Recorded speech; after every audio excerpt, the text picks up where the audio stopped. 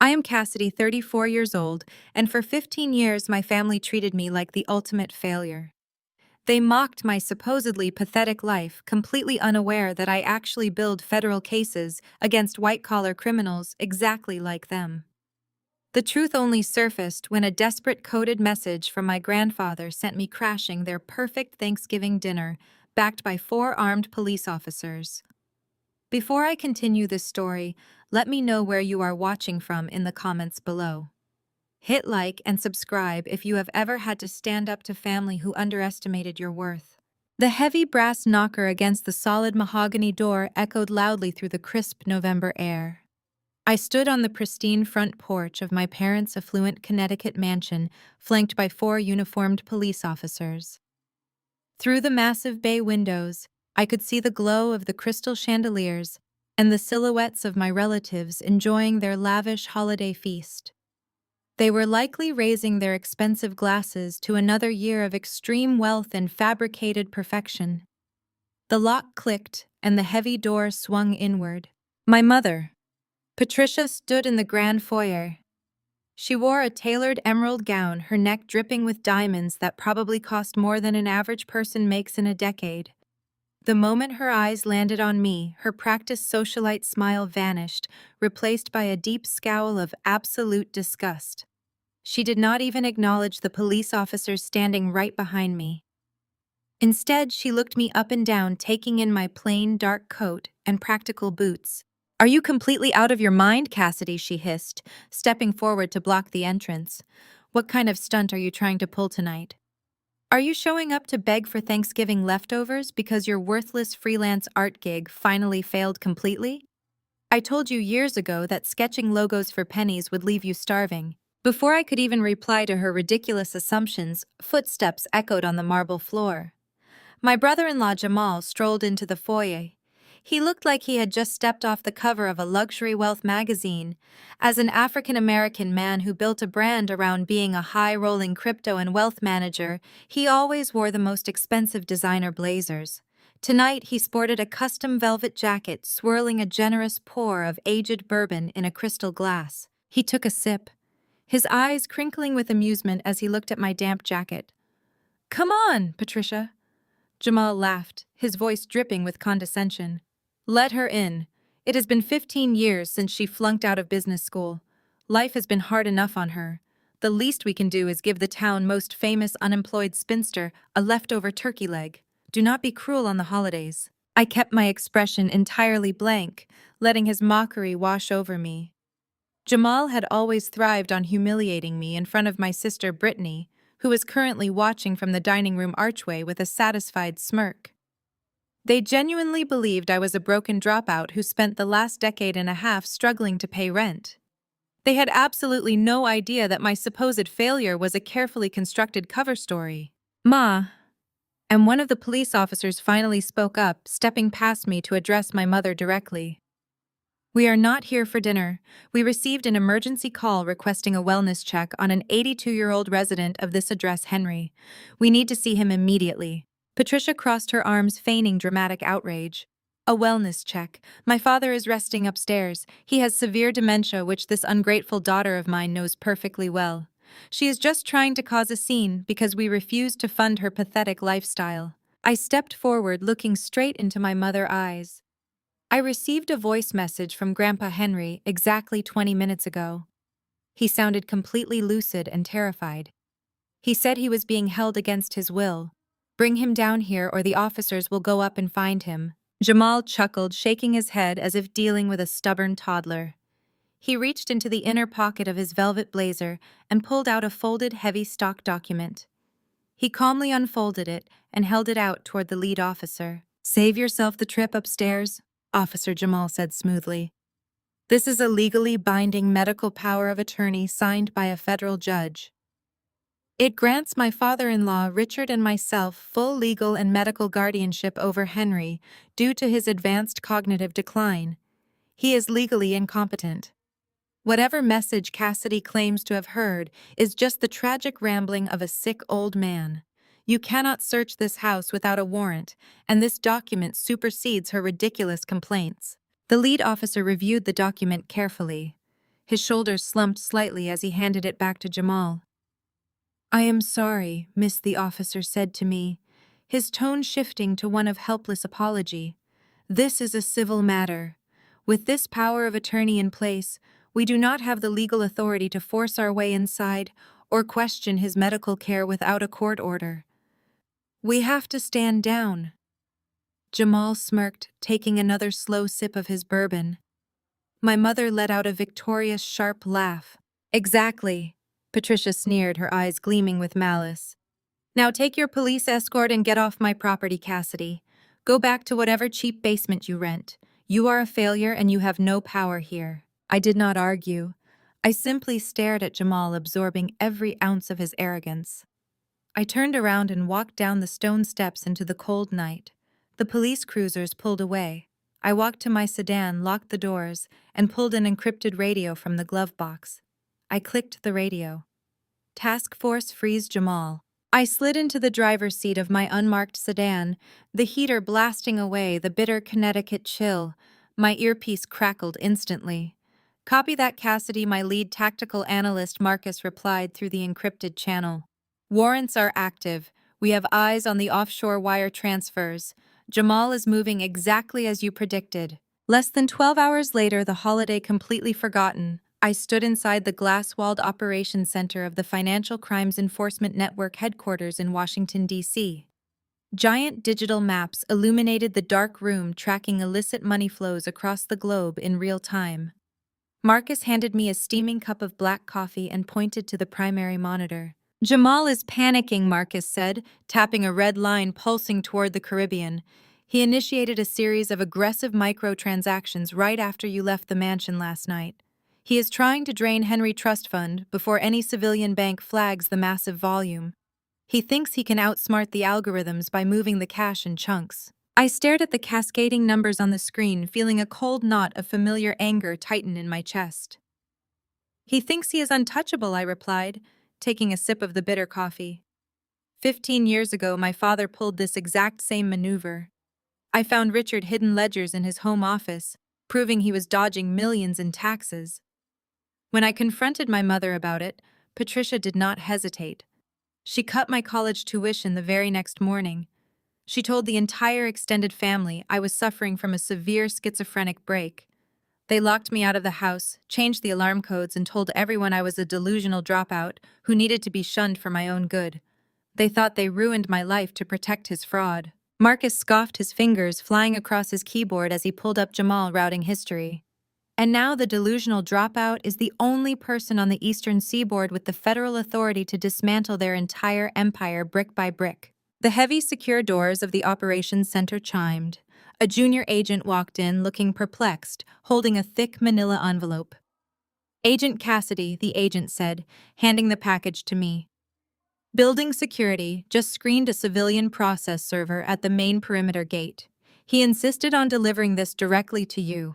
We cleared it for biological hazards, but it is a state-level legal document." I took the envelope, slicing it open with my thumb. I pulled out a stack of legal documents, stamped by a Connecticut state judge. A loud, sharp laugh escaped my throat. "What is it?" Marcus asked, leaning over my shoulder to read the bold print. "A restraining order," I said, tossing the papers onto the glowing console. "Jamal used his high-priced legal team to work overtime on a holiday weekend. I am officially barred from coming within 500 feet of my grandfather or his estate." They filed the injunction citing elder harassment and severe mental instability on my part. They actually believe a local civil order can halt a federal criminal investigation. Before Marcus could even comment on the absolute absurdity of their tactic, my personal cell phone buzzed violently on the desk. The screen lit up with a message from Brittany. I opened the text. It was a high-resolution selfie of my golden child sister wearing oversized designer sunglasses, holding a crystal flute of champagne. Behind her gleamed the pristine white deck of a massive luxury yacht. The location tag pinpointed an exclusive high-end marina in Miami, Florida. I read the accompanying caption aloud for Marcus to hear. "Shopping for our new summer toy with Grandpa Blackcard. Have fun at the soup kitchen, you psycho. Do not ever come near my family again."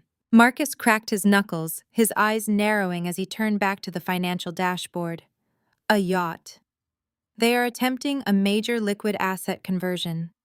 If they process a transaction that large through a clean civilian vendor, tracking the laundered funds back to the original source becomes a bureaucratic nightmare. We have to stop that purchase. They are not going to process a single dime, I said, my voice dropping to a dangerous, icy whisper. Pull up the Miami Marina Merchant Identification Number. Trace the incoming routing requests right now. The massive screens shifted from global maps to a highly specific digital ledger. Lines of code cascaded like rain as the federal servers intercepted the live banking data. Got it, Marcus confirmed, leaning closer to his monitor. Jamal is currently initiating a $5 million wire transfer. He is routing it from Henry Primary Retirement Account through a newly established Cayman Islands shell company. He is trying to wash the origin of the money before it hits the yacht broker escrow account. I stepped up to my dedicated terminal, the polished keyboard feeling cool and familiar beneath my fingertips. He is using the exact same Cayman loophole I flagged during our undercover sting last month. I said, my eyes locked on the digital transfer protocol. He has absolutely no idea the anonymous online broker who set up that shell account for him was me. I built the backdoor into that account specifically waiting for him to use it. I watched the transaction progress bar on the main screen inch toward completion. 80%, 90%. Let him feel the victory for just a second, I murmured, watching my sister's face smiling arrogantly back at me from my phone screen. Let them think they actually won. The progress bar hit 99%. I rapidly typed a series of federal override commands into my terminal invoking the absolute authority of the United States Treasury. I hit the enter key with a resounding crack. The entire operations center went dead silent.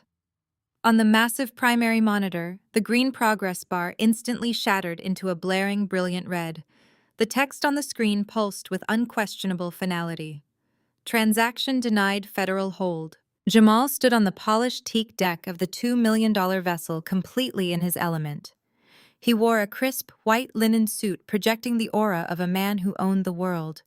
Beside him, Brittany lounged on a custom white leather sunbed, holding a flute of vintage champagne.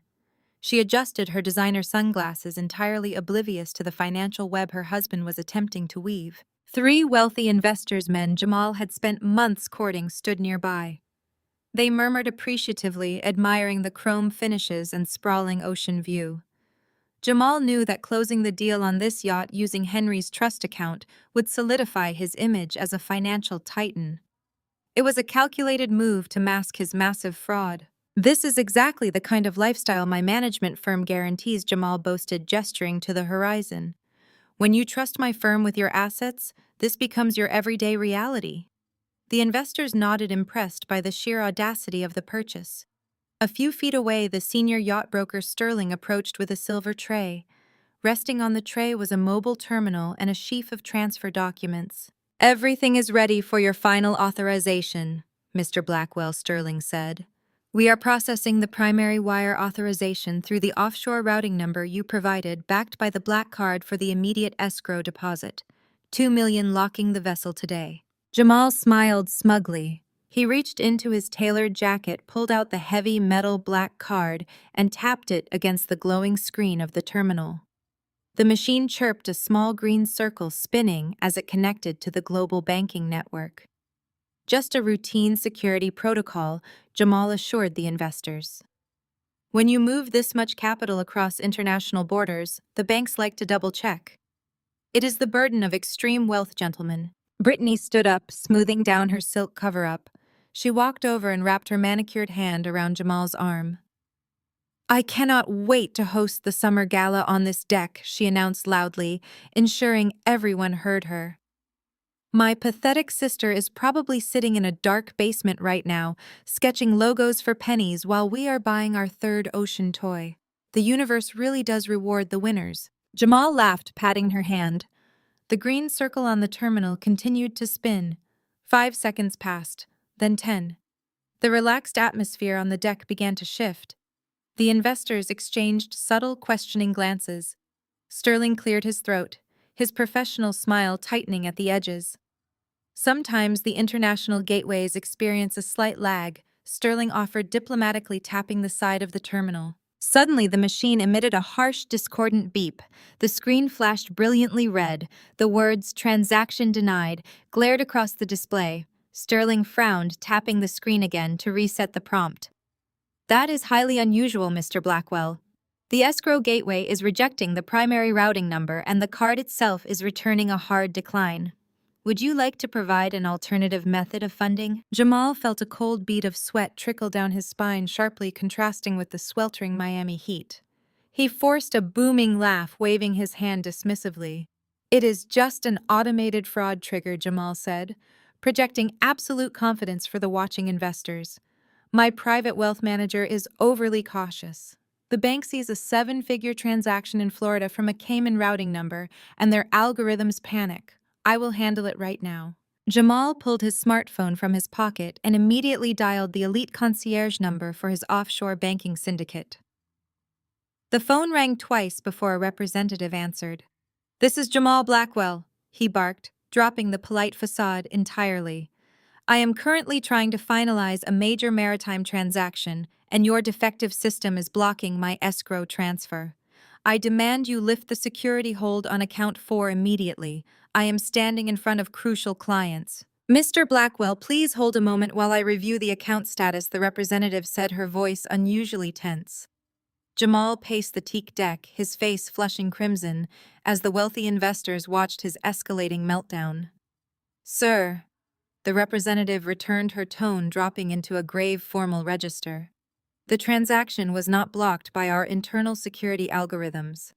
Your entire portfolio, including the primary trust and all associated offshore routing hubs, has been frozen." "Frozen?" Jamal screamed, spit flying from his lips. "Do you have any idea who I am? I manage hundreds of millions of dollars. You cannot freeze a billionaire trust account without a court order. I will sue your entire syndicate into oblivion. Unfreeze the money right now." "I cannot do that, sir," the representative stated coldly. "The lock was not generated by a civil court. It is a direct federal injunction. Your assets are currently under an absolute lockdown initiated by the Financial Crimes Enforcement Network. The freeze was authorized 5 minutes ago by a special agent, Cassidy Wilson." The heavy smartphone slipped from Jamal's sweating fingers. It hit the polished deck with a loud crack, the screen fracturing into a spider web of broken glass. The blood rapidly drained from his face, leaving his skin a sickly ashen gray. His knees suddenly felt weak. The oxygen seemed to vanish from the humid ocean air. Special Agent Cassidy Wilson. His worthless dropout sister-in-law was actually a federal agent. "What is wrong with you?" Brittany shrieked, shattering the silence. She stomped her designer heel against the deck, her face twisting into a furious, entitled grimace. "Tell the broker to run the card again. I already picked out the custom upholstery for the master cabin. I am not leaving this marina without my yacht. Fix it right now, Jamal." Jamal could not speak. He could not look at his screaming wife. He stared blankly at his shattered phone on the deck. The screen suddenly lit up. A text notification appeared through the cracked glass. It was from an unknown, untraceable number. "Blue roses. Account 4. Tick-tock, Jamal." Jamal abandoned the yacht, his screaming wife, and the deeply bewildered investors standing frozen on the sunlit docks in Miami. Sprinting to his waiting chartered jet, he immediately flew back to the massive Connecticut mansion in a state of sheer, unadulterated panic. Bursting violently through the heavy mahogany front doors, he found Richard sitting in his dark wood study, casually nursing a crystal glass of aged scotch and reviewing quarterly financial projections. Jamal slammed the heavy doors shut, his expensive white linen suit deeply wrinkled and completely damp with nervous sweat. "The accounts are completely locked," Jamal gasped, leaning heavily against the sharp edge of Richard's massive mahogany desk. "Every single offshore hub, the Cayman shell, the Swiss account, even the domestic feeds, they are frozen under a federal injunction." Richard lowered his glass, his demeanor momentarily fracturing. "That is impossible," he stated, his voice a low rumble. "Those accounts are buried beneath 6 layers of encrypted entities. Who authorized the freeze?" Jamal swallowed. Special Agent Cassidy Wilson from the Financial Crimes Enforcement Network. Richard blinked, then let out a sharp bark of laughter. Are you out of your mind? He sneered. You think my pathetic unemployed daughter infiltrated a federal agency and orchestrated an international asset freeze? It is a coincidence. Wilson is a common surname. There must be hundreds of Cassidy Wilsons in the government. Jamal wiped his forehead, desperate to latch on to that arrogance. You are right, Jamal muttered, pacing the Persian rug. She is a dropout. It has to be a coincidence. But the feds are inside our ledgers, Richard. If they trace the Cayman routing back to the trust, we are exposed. We need a solution now. Richard steepled his fingers, calculating the risk. Every man has a price, Jamal. Find a backdoor channel. Reach out to the agency anonymously. Offer a substantial charitable contribution to whatever foundation this agent favors. Make the problem disappear. Jamal nodded frantically. Retreating to his guest suite, he retrieved an untraceable burner phone from a hidden safe. He locked himself inside, navigating the dark web channels he used for illicit offshore dealings. He found a direct line to the FinCEN investigative tip network. It was risky, but desperation overshadowed his caution. He punched in the numbers, his hands shaking as the line connected. In the Washington Operations Center, a red light flared on my console. Marcus tapped my shoulder, pointing to the incoming signal. Someone is bypassing the switchboard, Marcus said, tracing the origin. It is a burner phone pinging off a tower less than a mile from your parents' estate. Ah, Jamal, I murmured, a predatory smile spreading across my face. He is trying to buy his way out. Reroute the audio to my headset. Activate the voice modulation software. Drop the pitch 2 octaves and add static interference. Marcus hit a key sequence, transferring the call. I pressed the headset against my ear. Financial Crimes Enforcement Network secure line. I answered the modulation software, twisting my voice into a deep, gravelly baritone. State your business. Jamal exhaled. I need to speak with Special Agent Cassidy Wilson or whoever is managing the freeze on the Cayman entity flagged this morning. I am calling on behalf of a very powerful private management firm. I leaned into the microphone. Agent Wilson is unavailable. I am her supervisor. If you represent the flagged entity, you are currently in violation of federal money laundering statutes. Whatever you have to say it fast. Jamal swallowed audibly. We believe there has been a massive misunderstanding, he said, attempting his usual corporate charm.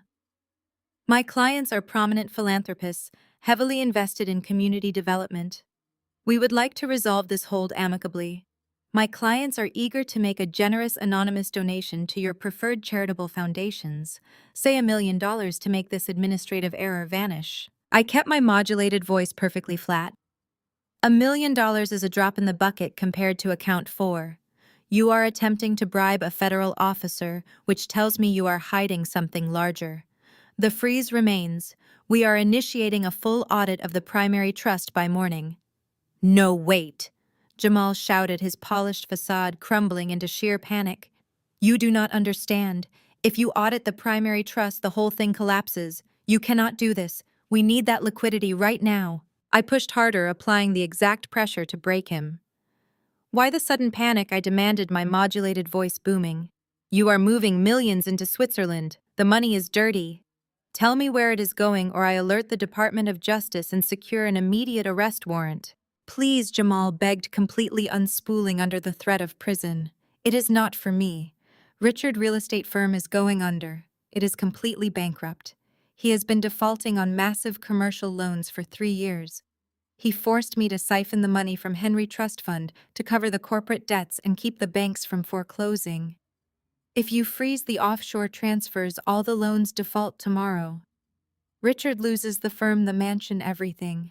We will be ruined. Just take the money and lift the hold. I let his pathetic confession hang in the dead air. I had it all on tape. The admission of corporate fraud, elder financial abuse, and the attempted bribery of a federal official. It was the absolute nail in their gilded coffin. I reached over and pressed the glowing button, killing the voice modulation software entirely. I let an agonizing second of absolute silence pass over the encrypted line. Then I leaned into the microphone. You always were sloppy with your ledgers, Jamal. I said, my natural, unmodified voice ringing crystal clear and terrifyingly familiar through his phone. I could practically hear his heart stop. A sharp, strangled gasp echoed through the line, followed immediately by the heavy clatter of the burner phone dropping onto a solid oak hardwood floor. The sharp clatter of Jamal dropping his phone was a sweet sound, but it was only the beginning. By the following Saturday, desperation had entirely consumed my family. Richard faced imminent catastrophic default on his commercial loans. With Jamal offshore network paralyzed by my federal hold, their only remaining lifeline was securing an emergency private equity loan from independent investors. To achieve this, Richard and Patricia orchestrated a massive deception. They rented the grand ballroom at the St. Regis Hotel for a lavish 82nd birthday gala, honoring my grandfather Henry. The objective was painfully transparent. They needed to project absolute financial stability to a room full of elite creditors, while showcasing Henry as a happy, well-cared-for patriarch, thereby legitimizing their fraudulent medical power of attorney. The ballroom dripped with excessive, desperate wealth. Crystal chandeliers illuminated tables draped in imported white silk. Waiters in crisp black tuxedos circulated with silver trays of caviar and vintage champagne. Richard stood near the center ice sculpture, projecting false joviality as he aggressively charmed a group of skeptical private equity bankers. Patricia hovered at his side, her smile painfully rigid, her eyes darting nervously toward the ballroom entrance. Jamal was noticeably sweating, gulping his scotch, and avoiding eye contact with everyone. At 8 o'clock precisely, the performance reached its sickening climax. A set of side doors opened, and a private nurse wheeled Grandfather Henry into the glaring light of the ballroom. My chest tightened with cold fury as I watched from the shadows of the mezzanine balcony. They had dressed Henry in an immaculate bespoke tuxedo, but his posture was deeply unnatural. He was heavily sedated, his head listing slightly to the side, his eyes glazed and vacant. They had propped him up with hidden cushions, turning a brilliant lucid man into a tragic silent prop. Richard immediately stepped away from the investors and marched toward the wheelchair. He placed a heavy, possessive hand on Henry Frail's shoulder, turning him toward the flashing cameras of hired photographers. "Look at him, gentlemen," Richard boomed, his voice echoing over the classical string quartet playing in the corner. 82 years old and sharper than ever. The Wilson legacy is secure under our joint management. Henry is resting comfortably, enjoying the fruits of his labor, while Jamal and I steer the firm into our most profitable decade yet. The investors murmured polite, hesitant agreements, sipping their drinks as they observed the sedated old man. Brittany strutted over, posing for a photograph beside the wheelchair. She leaned down and kissed Henry's cheek, her diamond necklace catching the light, entirely ignoring the fact that her grandfather could not even lift his head to acknowledge her. The display was grotesque. It was the ultimate manifestation of their cruelty, parading a captive relative to secure funding for their failing frauds. I stepped back into the quiet dimness of the corridor, smoothing the fabric of my gown. For 15 years, I had attended family functions wearing practical, cheap clothing, perfectly playing the role of the struggling, impoverished dropout. Tonight, that persona died completely. I wore a breathtaking $10,000 custom crimson silk gown that plunged at the back and swept the floor with razor-sharp elegance. A delicate diamond choker rested against my collarbone, and my hair was swept up in a severe, commanding style. I looked exactly like what I was, a woman who held the absolute power to destroy them. I signaled the tactical team waiting in the service elevators, confirming my earpiece was active. Then I walked toward the grand double doors of the ballroom. The heavy brass handles felt cold under my palms. I pushed the doors open with a forceful thrust. They slammed against the interior walls with a resounding, thunderous crash that instantly silenced the string quartet. Hundreds of heads turned toward the entrance. I stood framed in this doorway, the bright chandelier light catching the rich crimson of my gown. I did not rush. I walked down the grand carpeted steps with slow, deliberate, predatory grace. The crowd parted instinctively, murmuring in shocked whispers as they took in my appearance. I locked my eyes entirely on my father, watching the color drain completely from his face. Patricia dropped her champagne flute. It shattered against the marble floor, the sharp sound echoing in the dead silent room. Jamal stumbled backward, bumping into a cocktail table as sheer terror contorted his features. He recognized my posture. He recognized the terrifying reality of the trap closing around him. Brittany, however, possessed neither the intelligence nor the situational awareness of her husband. Her face twisted into a mask of pure, unadulterated rage. She lunged forward, pushing past the wealthy investors, her eyes blazing with furious indignation at my sudden glamorous intrusion. "What are you doing here?" Brittany shrieked, her shrill voice echoing violently off the high ceilings. "How did you even get past the hotel lobby? You are absolutely pathetic. Did you seriously rent that dress just to come here and beg for money in front of our guests? Or did you steal it from a charity bin?" I stopped walking, standing 10 feet away from her. I kept my face entirely expressionless, letting her hysterical outburst highlight her lack of control. I glanced at the two burly, suited security guards standing near the ballroom entrance. Security Brittany screamed, pointing a manicured finger directly at my face, her chest heaving with rage. "Get this trash out of here right now. She is trespassing. Arrest her. Drag her out of this hotel before she ruins my grandfather's birthday." The two security guards immediately stepped forward, their hands moving toward their radios. I did not flinch. I slowly raised my right hand, lifting 2 fingers in a sharp, silent, practiced tactical signal. The guards froze instantly. They looked at my hand, then looked directly into my eyes. In perfect unison, both massive men took 3 steps backward, lowered their hands, and deeply bowed their heads to me. The entire ballroom held its collective breath. The sight of 2 highly trained private security guards bowing their heads to me sent a shockwave through the crowded room of elite investors. Brittany stood frozen, her manicured finger pointing in my direction, her mouth hanging open in a grotesque mask of confusion. She looked between the silent guards and my tailored crimson gown, unable to process why her commands were ignored. Richard's face flushed a violent crimson. He stepped away from Henry's wheelchair, his fists clenched at his sides. "What is the meaning of this?" Richard barked, directing his fury at the security personnel. "I pay your firm a premium to keep out unwanted trash. Remove her from this ballroom immediately." The lead guard did not glance in Richard's direction. He kept his eyes respectfully lowered, taking a deliberate step backward to blend into the velvet wallpaper. They knew exactly who I was. My federal credentials carried an alpha-level clearance that superseded any civilian contract. Before Richard could escalate his screaming, Patricia shoved her way through the thick crowd of whispering private equity bankers. Her designer heels clicked like sharp gunshots against the polished marble floor. She marched up to me, her eyes narrowed with a toxic mixture of maternal disdain and absolute panic. She stopped mere inches from my face, attempting to use her physical presence to intimidate me, a manipulative tactic she perfected over 3 decades. "You are violating a direct court-ordered injunction." Patricia hissed, her voice vibrating with malice, but kept low enough to avoid echoing across the cavernous ballroom. "You are not allowed within 500 feet of your grandfather. I have the legal paperwork in my purse.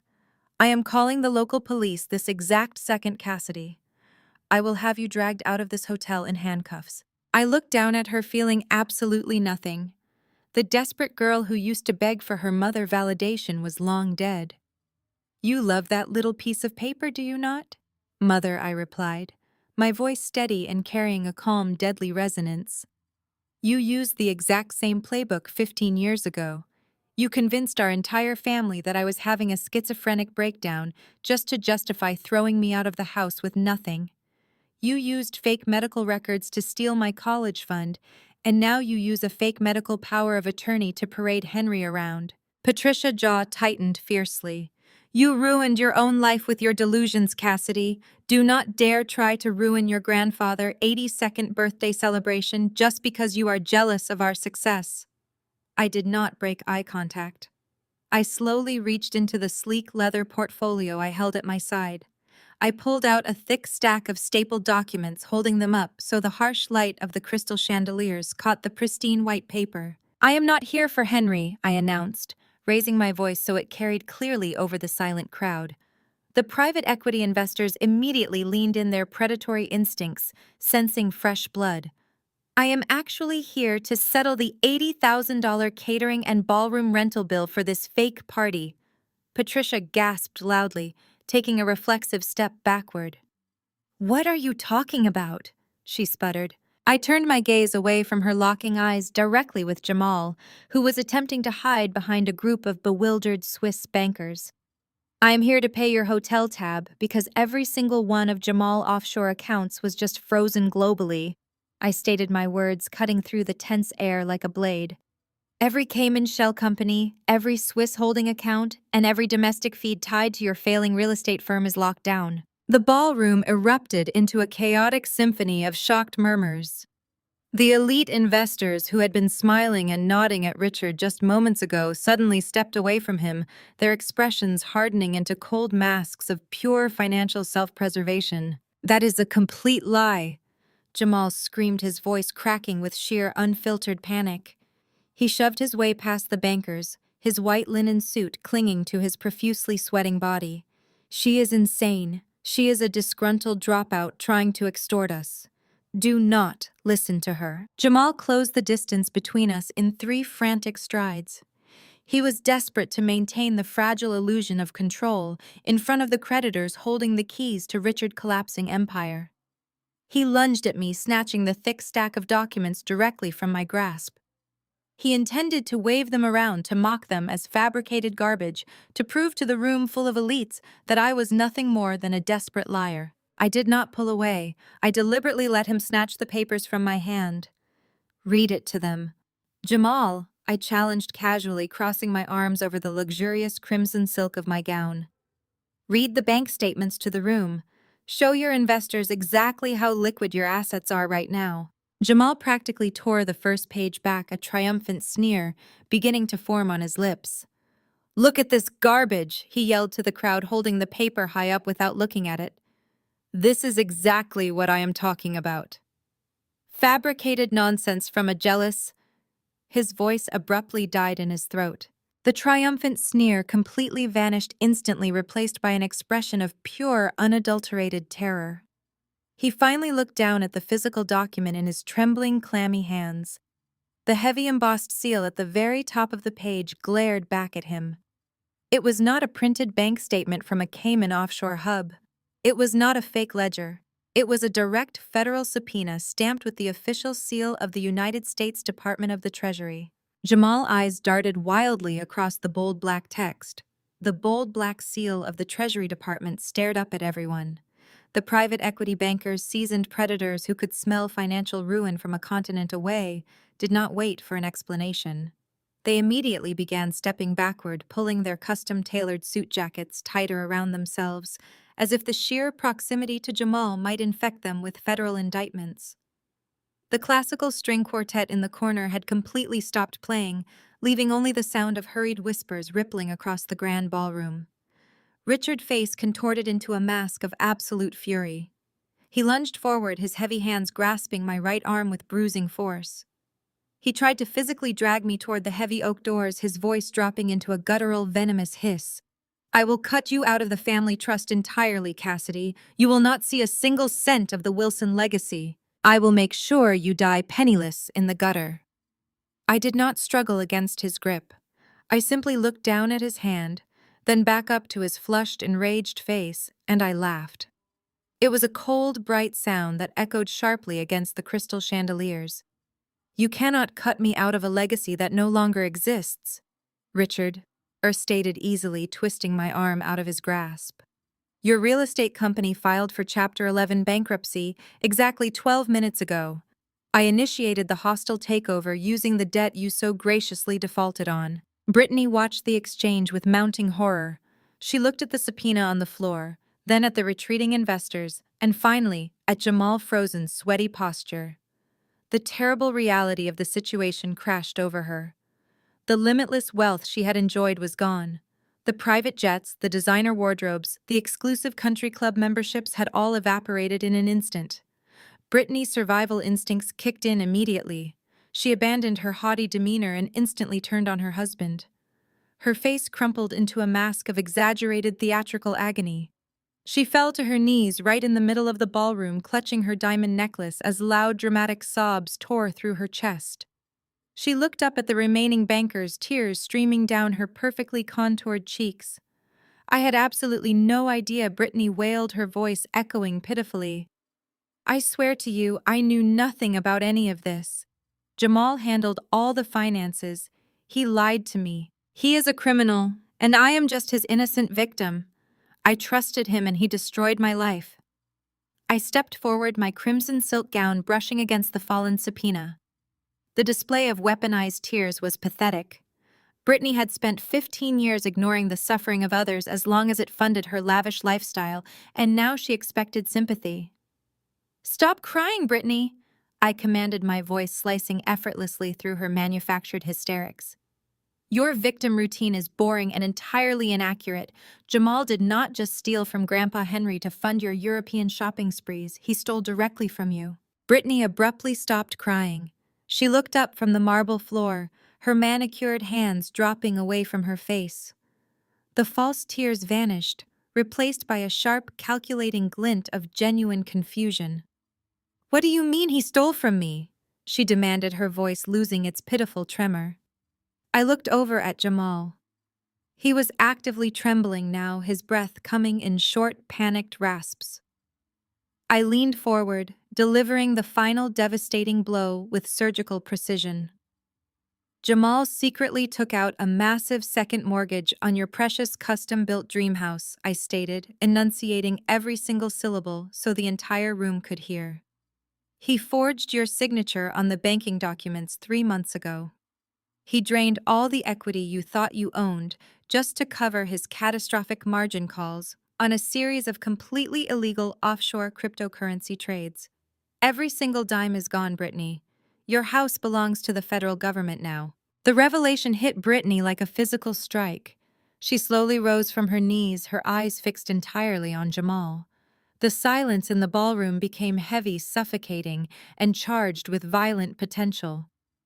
Jamal took a hesitant step backward, raising his hands in a weak defensive posture. Brittany, listen to me, Jamal pleaded, his voice cracking with desperation. I was trying to fix it. I was going to win the money back. I just needed a little more time to secure the return on investment. Brittany let out an ear-splitting scream. It was a raw, primal sound of pure materialistic devastation. She lunged forward, bridging the gap between them in a flash of diamonds and silk. She swung her arm with ferocious strength, slapping Jamal across the face so hard the sharp crack echoed over the ballroom. The impact snapped his head forcefully to the side, leaving an angry, bright red mark blooming rapidly across his cheek. You stole my house! Brittany shrieked, striking his chest repeatedly with her fists. You pathetic, useless loser! You ruined my life, Jamal finally snapped. The intense public humiliation, the utter destruction of his career, and the physical assault broke through his cowardly panic. He grabbed Brittany by the shoulders and shoved her forcefully backward. She stumbled, her designer heels skidding against the slick marble, barely catching her balance on a cocktail table before it tipped over. Do not dare act innocent, Jamal roared, his face twisted in ugly, defensive rage. You spent $200,000 a month on designer bags and European spa retreats while I was drowning in insurmountable debt. You never once cared where the cash came from, as long as you could flaunt it. The grand ballroom watched in stunned absolute silence as their perfect, carefully curated marriage instantly imploded into a vicious, unforgiving, and deeply public brawl, marking the absolute ultimate destruction of the entire fragile, fraudulent dynasty they had proudly built together. The sound of Brittany manicured nails tearing across Jamal's cheek echoed sharply, followed by the sickening thud of him knocking a silver tray of caviar onto the pristine marble floor. They were screaming over each other, a cacophony of vicious, ugly truths spilling out for the entire room to hear. The private equity bankers, already horrified by the federal subpoenas and the sudden declaration of bankruptcy, now watched with morbid fascination as Boston's supposed elite tore each other to pieces like rabid animals. Jamal's white linen suit was torn at the collar, and Brittany's diamond necklace had snapped, sending priceless stones scattering across the floor like discarded ice. Patricia could not stand it. The complete, unvarnished destruction of her perfectly curated social image was too much for her fragile narcissistic ego to bear. She shoved her way past a group of stunned Swiss investors, her face streaked with expensive mascara tears flowing freely in a masterclass of performative agony. She grabbed Brittany by the arm, yanking her violently away from Jamal before whipping around to face me. The weeping martyred mother routine was her ultimate weapon, the exact manipulation tactic she had used to control the family narrative for over 3 decades. "How can you do this?" Patricia wailed, her shrill voice echoing off the vaulted ceilings, trembling with manufactured heartbreak. "How can you stand there and destroy your own flesh and blood? You are a monster, Cassidy. You have always been so bitterly jealous of this family, so resentful of everything your father and I built." I did not flinch. I let her words hang in the heavy, humid air, allowing the remaining crowd to absorb her desperate, frantic deflection. I smoothed the luxurious fabric of my crimson silk gown, projecting an aura of total, unshakable control. Then I smiled. It was a cold, terrifying expression that made Patricia physically stumble backward. "Jealous," I repeated, my voice dropping to a deadly, resonant calm that forced the entire grand ballroom to lean in and listen. "You honestly think this is about jealousy? You think I care about your pathetic country club memberships, your rented yachts, or your fake designer lives?" I took a slow, deliberate step toward her, my heels clicking sharply against the floor. The air in the room felt instantly suffocating. "Let us talk about exactly what happened 15 years ago, Mother," I commanded, projecting my voice so every single investor, every security guard, and every hired photographer could hear the absolute truth. Because I did not drop out of college, because I could not handle the academic pressure. I did not leave because I was a failure. I was systematically forced out. Patricia's breath hitched audibly.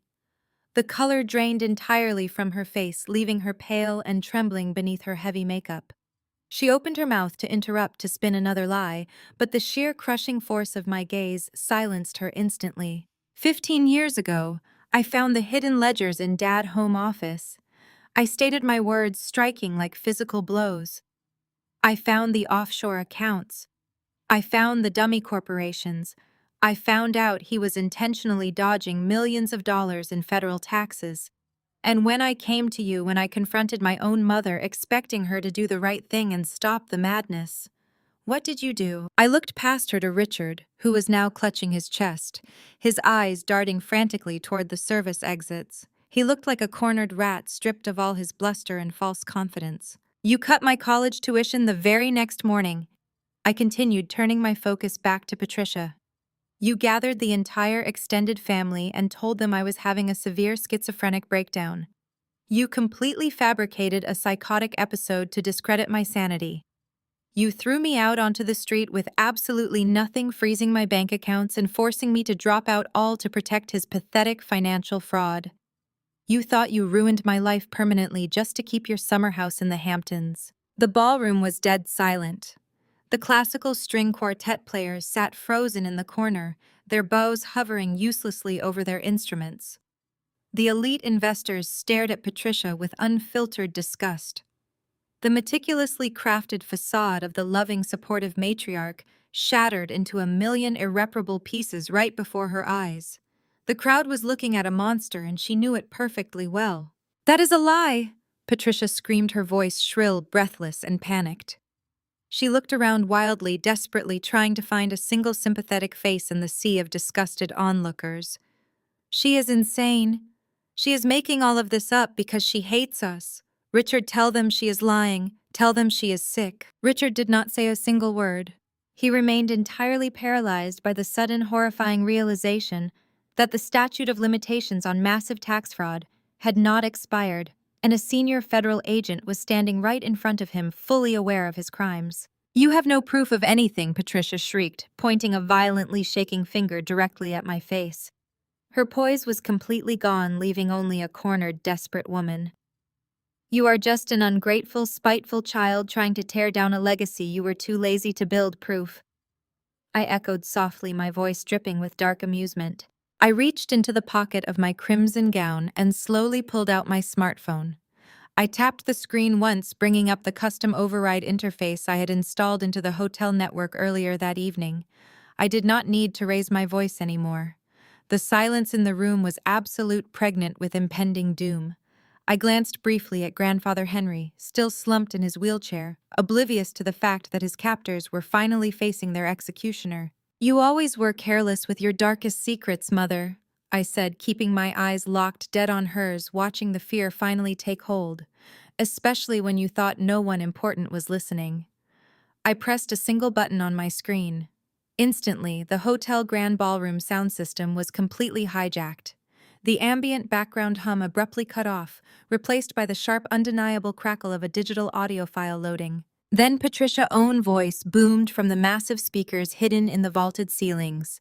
The recording was crystal clear, captured just 3 weeks ago through a compromised microphone on her own personal tablet. "Of course I signed the paperwork myself," Patricia recorded, voice echoed with arrogant, chilling clarity across the vast, silent ballroom. That senile old fool Henry would never hand over the estate to Richard willingly.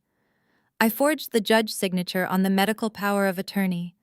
It was remarkably easy. The hospital staff never even questioned it. Patricia's confession echoed against the crystal chandeliers, the horrific truth hanging in the dead air. For a fleeting second, absolute stillness consumed the grand ballroom. Then the dam broke. The private equity bankers' men who navigated billions of dollars in risk every single day recognized a toxic, radioactive disaster when they heard one. Forging a federal judge's signature to kidnap a patriarch and steal an empire was not white-collar maneuvering. It was a severe felony that would rain federal indictments on anyone nearby. The mass exodus was instantaneous and ruthless. Chairs scraped violently against the polished marble floor. Champagne flutes shattered.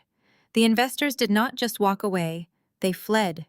They shoved past the remaining waitstaff, sprinting toward the grand double doors, frantically dialing their legal teams to immediately sever any remaining ties to the Blackwell and Wilson names. Richard watched his entire kingdom disintegrate in real time.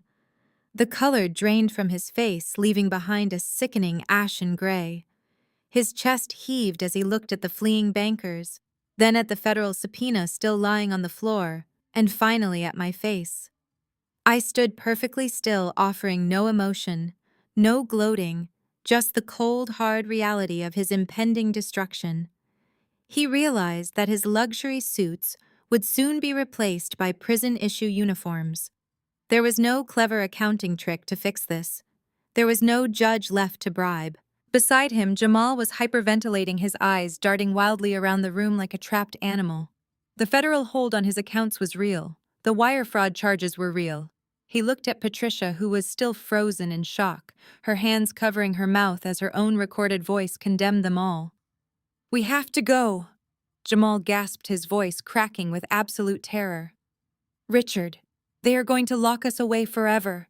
We need to leave the country tonight." Richard's primal survival instinct violently kicked in, overriding any remaining shred of rationality or decorum. His panicked gaze swept the room and locked onto the one asset that still held value. Grandfather Henry remained slumped in his ornate wheelchair, heavily sedated, entirely oblivious to the catastrophic collapse of his captors. Richard lunged forward, his heavy hands gripping the handles of the wheelchair with terrifying force. He violently spun the chair around the sudden movement, causing Henry's head to loll sickeningly to the side. "We are leaving!" Richard bellowed, spit flying from his lips as he shoved a waiter aside. "We are taking the old man to the private jet. He is coming with us." Jamal instantly understood the dark logic. Henry was a human financial hostage. Despite my lockdown, Henry still possessed ancient overseas accounts predating their current frauds. Getting him across borders to a non-extradition jurisdiction meant forcing his thumbprint onto transfer documents to fund their lives as fugitives. "Grab his oxygen monitor!" Richard barked at Jamal, maneuvering the heavy wheelchair toward the side service doors that led directly to the VIP parking garage. "Move, Jamal. If the feds are closing in, we only have a 20-minute head start." Jamal scrambled to gather the medical equipment attached to the chair, The two men moved with frantic energy, completely abandoning Patricia, who remained utterly paralyzed by the sheer magnitude of her own public ruin. "Wait!" Brittany shrieked, scrambling up from the floor where Jamal had shoved her moments earlier. Her expensive gown was torn, her makeup smeared into dark, ugly streaks down her cheeks. She ran toward them, her designer heels slipping wildly on the spilled champagne. "You cannot leave me here, Jamal. Take me with you." She caught up to them near the service exit, grabbing handfuls of Jamal-ruined linen suit jacket. She was weeping hysterically, the reality of her husband's crimes and her impending homelessness finally crashing over her. "Please," Brittany sobbed. "I will live in hiding. You cannot leave me to face the FBI alone. They will put me in jail." "Jamal, I am your wife." Jamal stopped. He looked at the woman who had demanded relentless luxury while he drowned in illicit debt. His face twisted into a mask of pure contempt. He placed his hands flat against her chest and shoved her backward with explosive, brutal force. Brittany cried out as she flew backward, crashing hard against a catering table before collapsing onto the marble floor in a tangled heap of silk and bruised ego. "You are the reason I am bankrupt," Jamal screamed down at her, his voice raw and hateful. "You are dead weight, Brittany. Rot in prison for all I care." Without a second glance, Jamal turned and sprinted after Richard, who was already shoving Henry's wheelchair violently through the heavy service doors. The doors slammed shut behind them, the loud crash echoing like a gunshot through the ruined gala. The grand ballroom was suddenly eerily quiet. Patricia remained frozen near the center ice sculpture. Brittany lay sobbing uncontrollably on the floor. The remaining security guards stood completely motionless, looking to me for their next directive. I did not chase the fleeing men. I did not yell. I did not move to stop them. Instead, I walked slowly toward the nearest abandoned VIP table. I picked up a pristine crystal flute of champagne. The glass felt cool and grounding against my palm. I turned, fixing my gaze on the heavy service doors they had disappeared through. They honestly believed a private jet would save them. They believed they could outrun the federal trap I had spent 3 years meticulously building. I raised the crystal flute to my lips, taking a slow, deliberate sip. The golden champagne was perfectly crisp. I lowered the glass, my eyes locked on the doors leading down to the parking garage.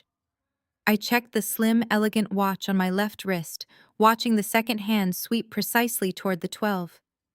I took a slow, deep breath, letting the absolute silence of the room amplify my steady voice.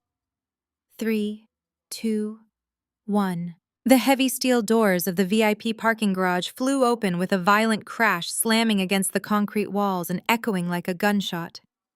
Richard shoved Grandfather Henry custom medical wheelchair forward with reckless brute force.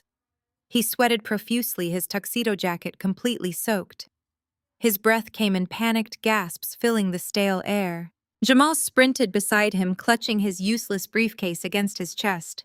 He kept looking over his shoulder. Terrified federal agents were already rushing down the stairs. "Hurry up," Jamal shouted, his voice cracking. "If they lock down the perimeter, we are never getting out.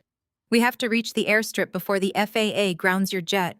"I am moving as fast as I can," Richard snarled. His face flushed. He shoved the wheelchair over a speed bump, entirely disregarding the sedated old man slumped in the seat. Henry's head lolled forward, a soft groan escaping his lips. He was no longer a grandfather. He was simply a biometric key to the hidden offshore accounts Cassidy had not yet frozen. They reached the far end of the parking sector. Richard's massive black SUV sat under the fluorescent lights, an imposing fortress of tinted glass and armored steel. Right now it was their only lifeboat, a machine built to guarantee their safe passage away from the impending federal raid.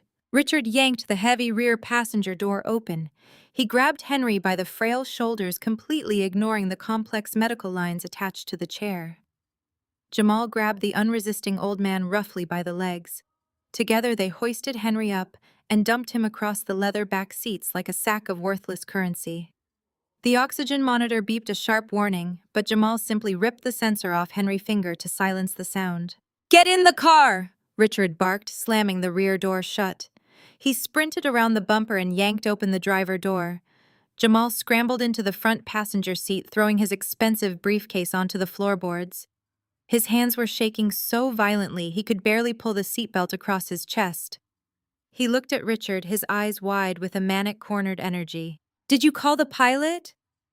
Jamal demanded, his voice bordering on total hysteria. "Tell me you called the pilot. If we show up and the plane is not fueled, the FBI will snatch us right off the tarmac. We are looking at 20 years for wire fraud alone, Richard. 20 years." "Shut your mouth and let me drive," Richard spat, sliding into the driver's seat and slamming his door. He gripped the hand-stitched leather steering wheel, his knuckles turning stark white from the immense pressure. He took a short, sharp breath, attempting to steady his racing heart.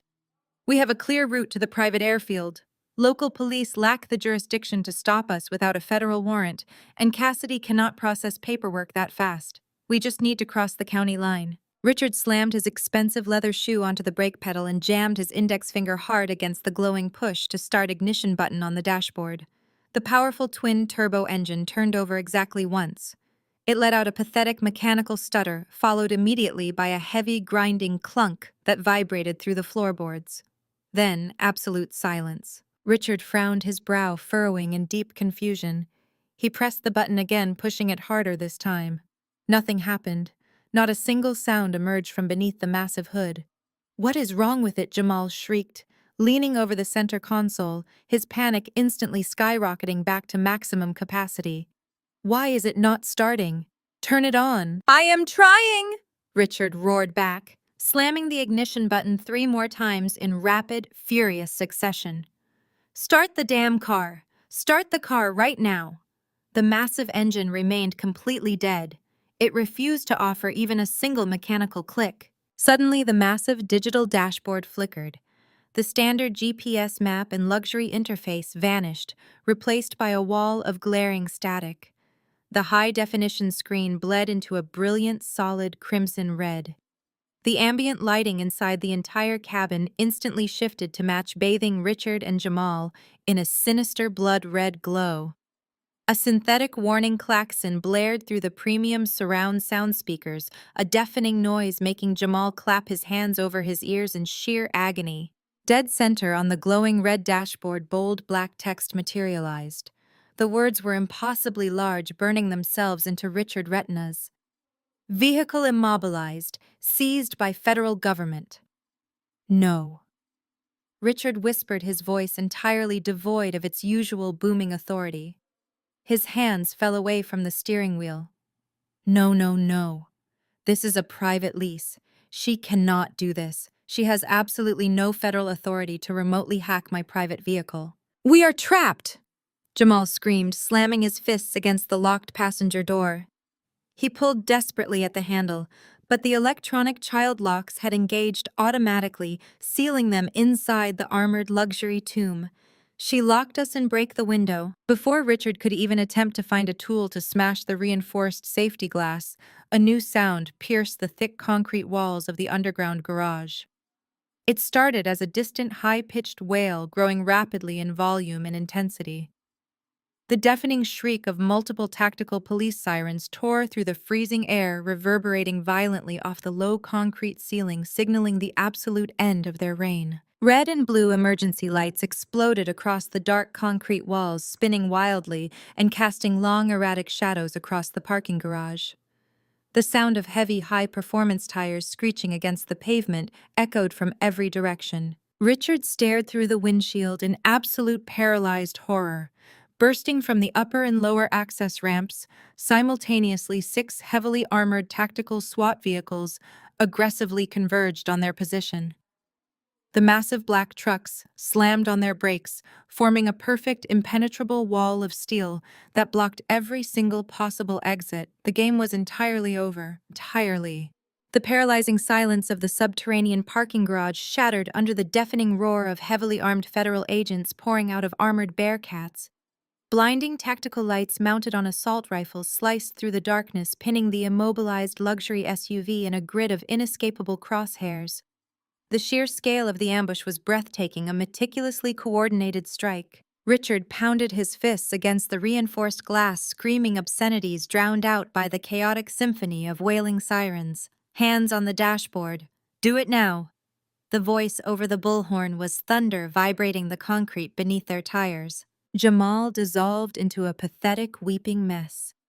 He threw his hands up, pressing his palms flat against the windshield, openly sobbing as red laser sights danced across his chest.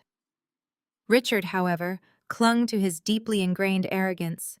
He stubbornly crossed his arms, refusing to comply, operating under the severe delusion that his wealth provided a magical shield. He glared through the tinted glass, calculating which attorney he would call. That delusion violently ended 3 seconds later. A tactical operative wielding a specialized breaching tool stepped up to the driver's side window. A single strike pulverized the safety glass into glittering fragments that rained down over Richard's custom tuxedo. Before Richard could register the sudden breach, 2 massive federal agents reached directly through the shattered window, grabbed him by the lapels, and dragged him bodily from the driver's seat. He hit the cold concrete with a sickening thud. The sheer indignity stripped away his remaining bravado. He thrashed weakly, sputtering frantic threats about his high-priced legal team, but the agents were entirely unmoved. They hauled him to his feet, spun him around, and slammed him chest first onto the hood of his own seized vehicle. The cold metal bit into his cheek as heavy steel cuffs snapped shut around his wrists. On the passenger side, Jamal fared no better. He was dragged through the door, his legs giving out entirely as he hit the ground. He offered zero physical resistance, whining desperate apologies and aggressively offering to testify against Richard in exchange for total immunity. They pinned him beside Richard on the hood, 2 broken men displayed perfectly under the harsh tactical lights. Simultaneously, a medical team swiftly bypassed the struggling felons and opened the rear doors. They carefully secured Grandfather Henry, checking his vitals and transferring him onto a mobile stretcher. They moved him safely away from the chaos, neutralizing Richard's ultimate leverage. The operation was abruptly interrupted by the sharp echoing of high heels slapping against the concrete ramp. Brittany and Patricia burst into the parking garage, their faces flushed, their designer gowns stained and ruined. They stopped dead in their tracks, staring in absolute horror at the scene unfolding under the flashing red and blue lights. Patricia's eyes darted frantically from the armored vehicles to her husband, who was pinned like a common criminal against his seized car. Instead of recognizing the gravity of the raid, Patricia's narcissistic reality distortion kicked in. She firmly believed this was simply a foolish misunderstanding that required her authoritative correction. She smoothed her hair, lifted her chin, and marched confidently forward. "What is the meaning of this?" Patricia shrieked, waving her arms frantically. "Unhand my husband immediately. Do you have any idea who we are? We are the Blackwell family. You are making a catastrophic mistake. I will personally see to it that every single one of you loses your badges tomorrow." The agents ignored her completely, maintaining their strict defensive perimeter. Brittany, meanwhile, caught sight of Jamal, weeping loudly on the hood. Her earlier fury over the stolen mortgage entirely evaporated, replaced by the terrifying realization that her entire source of income was wearing federal handcuffs. She let out a piercing wail and tried to run toward him, but a stern agent stepped firmly in her path to block her advance. At that exact moment, the VIP elevator doors at the far end of the garage slid open with a soft chime. I stepped out onto the cold concrete floor, my crimson silk gown flowing flawlessly around me, holding the crystal champagne flute perfectly level. I walked slowly, deliberately, the sharp click of my heels cutting through the chaotic din.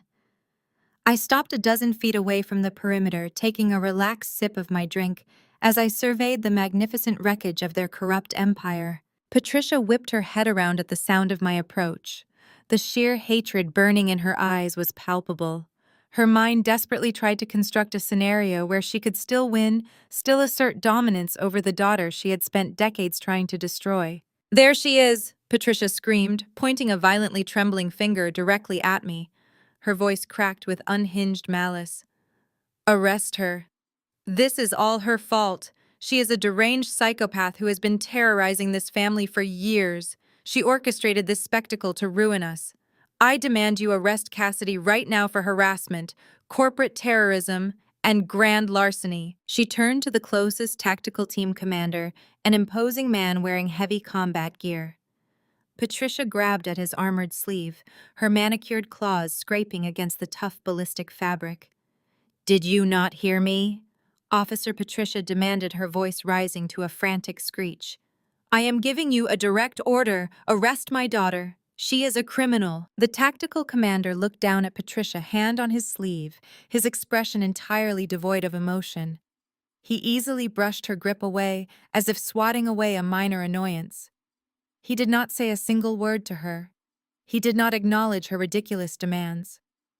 Instead, the commander stepped forward, walking directly past a sputtering, utterly bewildered Patricia. His heavy boots closed the distance between us in 3 long, purposeful strides. He stopped squarely in front of me, squared his broad shoulders, and snapped off a crisp, perfectly executed military salute. "Area secured." Special Agent Cassidy, the commander, announced, his voice booming loud and clear across the parking garage. "What are your orders regarding the hostile suspects?" The silence that followed was absolute. Patricia's breath hitched violently in her throat, a sickening gasp escaping her pale lips. Her mouth opened and closed silently, her brain short-circuiting as the impossible reality of my true identity finally penetrated her stubborn delusions. Her eyes rolled back slightly, all color instantly vanishing from her skin. Her knees buckled beneath her weight, and she collapsed in a heap on the cold concrete, staring up at me with absolute, unadulterated terror. "Process them." I ordered, my voice ringing with absolute authority across the cavernous, flashing parking garage. "Read them their rights and secure them in the transport vehicles. They are federal flight risks." The tactical commander gave a sharp nod, gesturing to his heavily armed squad. The agents instantly hauled a sputtering, defeated Richard and a loudly weeping Jamal off the hood of the seized luxury SUV. Steel handcuffs ratcheted tighter as their Miranda rights were read in a chorus of uncompromising federal protocol. Patricia remained crumpled on the freezing concrete floor. Her perfectly manicured hands gripped the rough cement as she stared up at me, her mind violently short-circuiting. The scapegoat daughter, the one she had systematically abused, discredited, and driven out of the family, was currently directing a heavily armed federal raid against her corrupt empire. Her lips parted, but no sound emerged. The psychological shock was absolute. Before Patricia could attempt to formulate a coherent sentence, the piercing screech of high-performance ceramic brakes interrupted the controlled chaos. A silver Mercedes Maybach tore down the concrete access ramp, completely ignoring the flashing federal barricades. It skidded to a violent halt mere inches from the armored SWAT trucks. The rear door flew open and Sterling Vance stepped out. He was the family elite, morally bankrupt defense attorney, a man who charged $1,000 an hour to make federal inquiries disappear. He wore a bespoke Italian suit and an expression of arrogant, untouchable, supreme confidence. Vance adjusted his silk tie, completely unfazed by the tactical rifles currently aimed at his chest, and marched directly into the center of the perimeter. "Stand down immediately!" Vance bellowed, waving a thick manila folder in the air like a weapon. He possessed the profound entitlement of a man who had never lost a courtroom battle. "You are engaging in an illegal seizure. I am general counsel for the Blackwell family, and I demand the immediate release of my clients." Vance's sharp eyes darted across the garage, quickly assessing the damage. He saw Richard and Jamal being shoved into the back of a fortified transport van. Then his gaze locked onto the medical team carefully rolling Grandfather Henry's stretcher toward a secure federal ambulance. A predatory grin stretched across Vance's slick face. He had found his angle. "Hold it right there," Vance shouted, physically throwing himself in front of the medical transport team to block their path to the ambulance. "You are committing a severe felony." The tactical commander stepped forward, his hand resting on his sidearm. "Step back, counselor. You are interfering with a federal operation." "I am interfering with a kidnapping," Vance fired back, thrusting the manila folder directly into the commander's armored chest. Inside that folder is a legally binding, state-certified medical power of attorney. My client, Patricia Blackwell, possesses absolute, ironclad conservatorship over Henry. That elderly man is suffering from late-stage Alzheimer's disease. He is severely cognitively impaired. Removing him from the care of his legal guardian without a court order is a gross violation of state law, and I will personally sue the federal government for elder abuse and unlawful detainment. Hearing her attorney booming voice, Patricia suddenly found her footing. The crushing terror that had paralyzed her moments ago evaporated rapidly, replaced by a toxic surge of renewed arrogance. She scrambled up from the concrete floor, brushing the dust from her ruined designer gown, and rushed to stand firmly behind Vance. "She is right!" Patricia shrieked, pointing her finger at me with venomous triumph. "You cannot take him. He is a sick, vulnerable old man who requires constant medical supervision. I am his sole legal guardian. You are traumatizing him." Patricia glared at me, her chest heaving as she weaponized her role as a devoted caretaker. "You thought you could just march in here with a fake badge and steal my father?" Patricia spat, her voice dripping with vicious condescension. "You were always a delusional failure, Cassidy. Playing dress-up with a tactical team does not trump state law. 5 years ago, I put him in a secure memory care facility for his own safety because he was losing his mind. I have the judge's signature to prove it. You touch him and I will have you thrown in a federal penitentiary for the rest of your miserable life." Vance smirked, crossing his arms. He firmly believed he had found the ultimate legal loophole. Henry was the biometric key to the remaining offshore accounts. By keeping Henry under Patricia control, they could halt the federal asset seizure and maintain their financial leverage. "Turn the old man over to my client right now," Vance demanded, turning his arrogant gaze toward me, treating me like a rogue beat cop.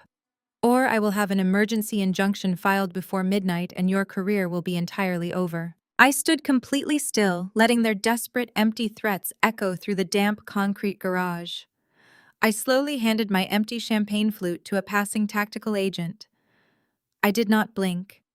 I simply looked at Patricia, watching her cling to the forged document like a life preserver on a sinking ship. "Are you confirming on the record that you are executing your authority over Henry, based on that specific medical power of attorney?" I asked, my voice deadly calm. "Yes!" Patricia screamed, her face flushed with victorious rage.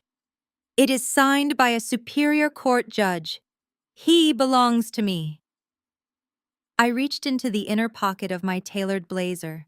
The air in the garage seemed to grow 10 degrees colder. I pulled out a crisp, heavy stock federal document bearing classified raised watermarks and the gold seal of the United States Treasury. "Your medical power of attorney is voided when the subject is a protected federal asset," I stated, my voice echoing with terrifying absolute finality. Vance's smug smile instantly vanished. Patricia's jaw dropped.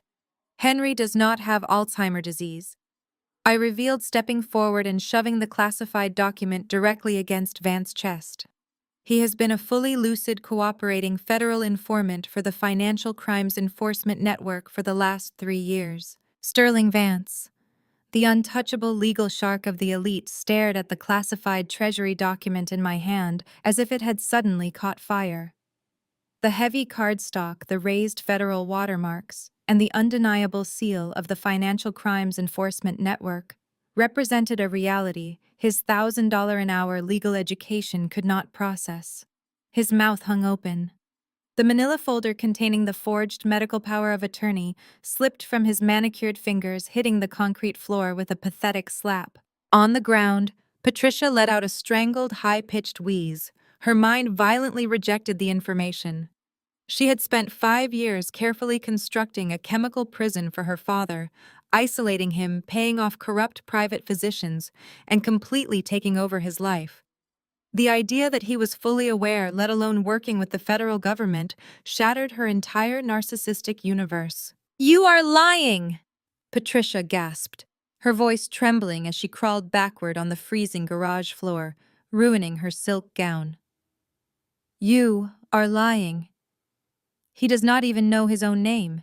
He has not spoken a coherent sentence in 3 years." I did not bother looking down at her. I simply raised 2 fingers, signaling the tactical medical unit. The paramedics, who had paused near the armored ambulance, immediately locked the wheels of Grandfather Henry's heavy medical transport chair. They did not load him into the vehicle. Instead, they spun the chair around, bringing him directly under the glaring white halos of the tactical floodlights. A senior federal medic stepped forward, unzipping a specialized black medical case. She bypassed the standard emergency equipment and pulled out a heavy-duty auto-injector filled with a clear synthetic compound. "What are you doing to him?" Patricia shrieked, scrambling to her feet and lunging toward the medical team. "Do not touch him. His heart cannot take whatever that is. You are going to kill him." Two heavily armored SWAT agents instantly stepped into her path, crossing their assault rifles to form an impenetrable physical barricade.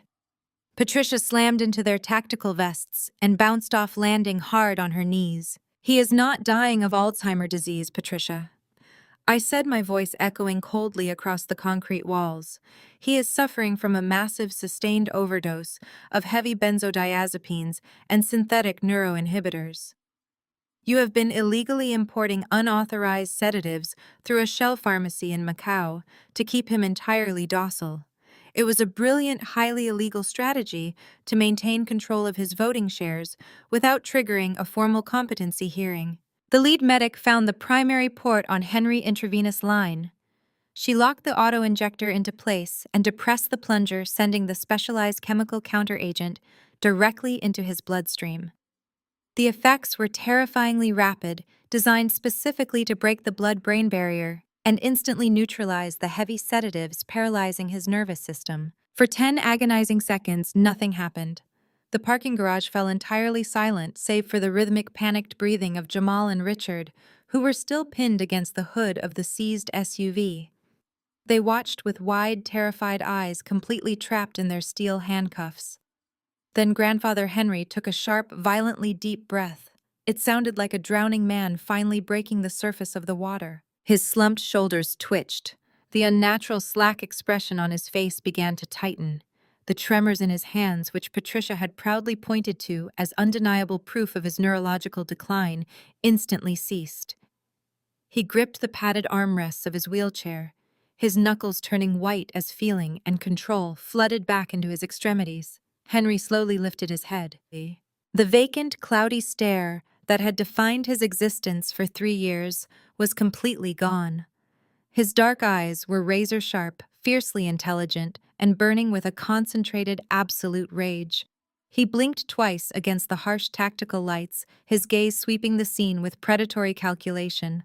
He processed the heavily armed federal agents, the fleet of armored vehicles blocking the exits, and the terrified, ruined faces of his captors. Henry reached up with a remarkably steady hand and ripped the nasal cannula from his face, tossing the plastic tubing onto the concrete. He unclipped the remaining biometric sensors from his fingers, silencing the medical monitors that had served as his electronic leash. He sat up perfectly straight, transforming the medical transport chair into a throne of absolute judgment.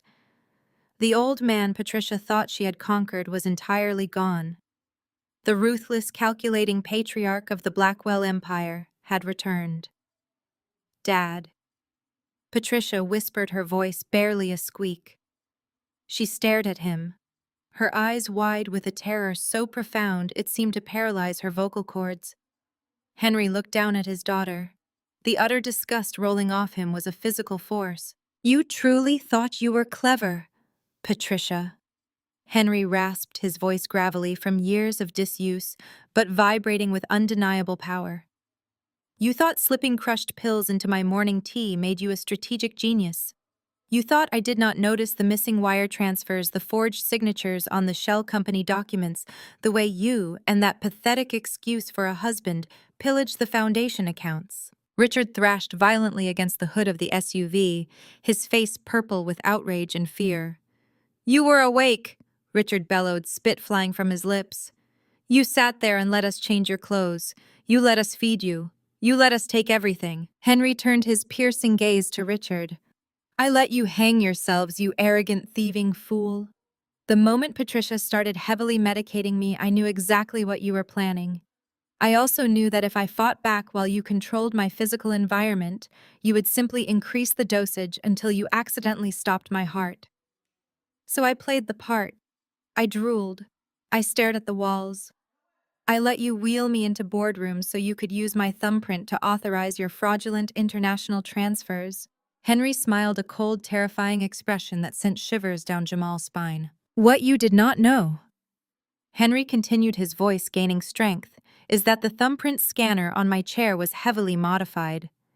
Every single time you forced my hand onto that biometric pad to steal from the overseas accounts, you were simultaneously routing the exact transaction data, the destination IP addresses, and the encrypted routing numbers directly to a secure FinCEN server in Washington.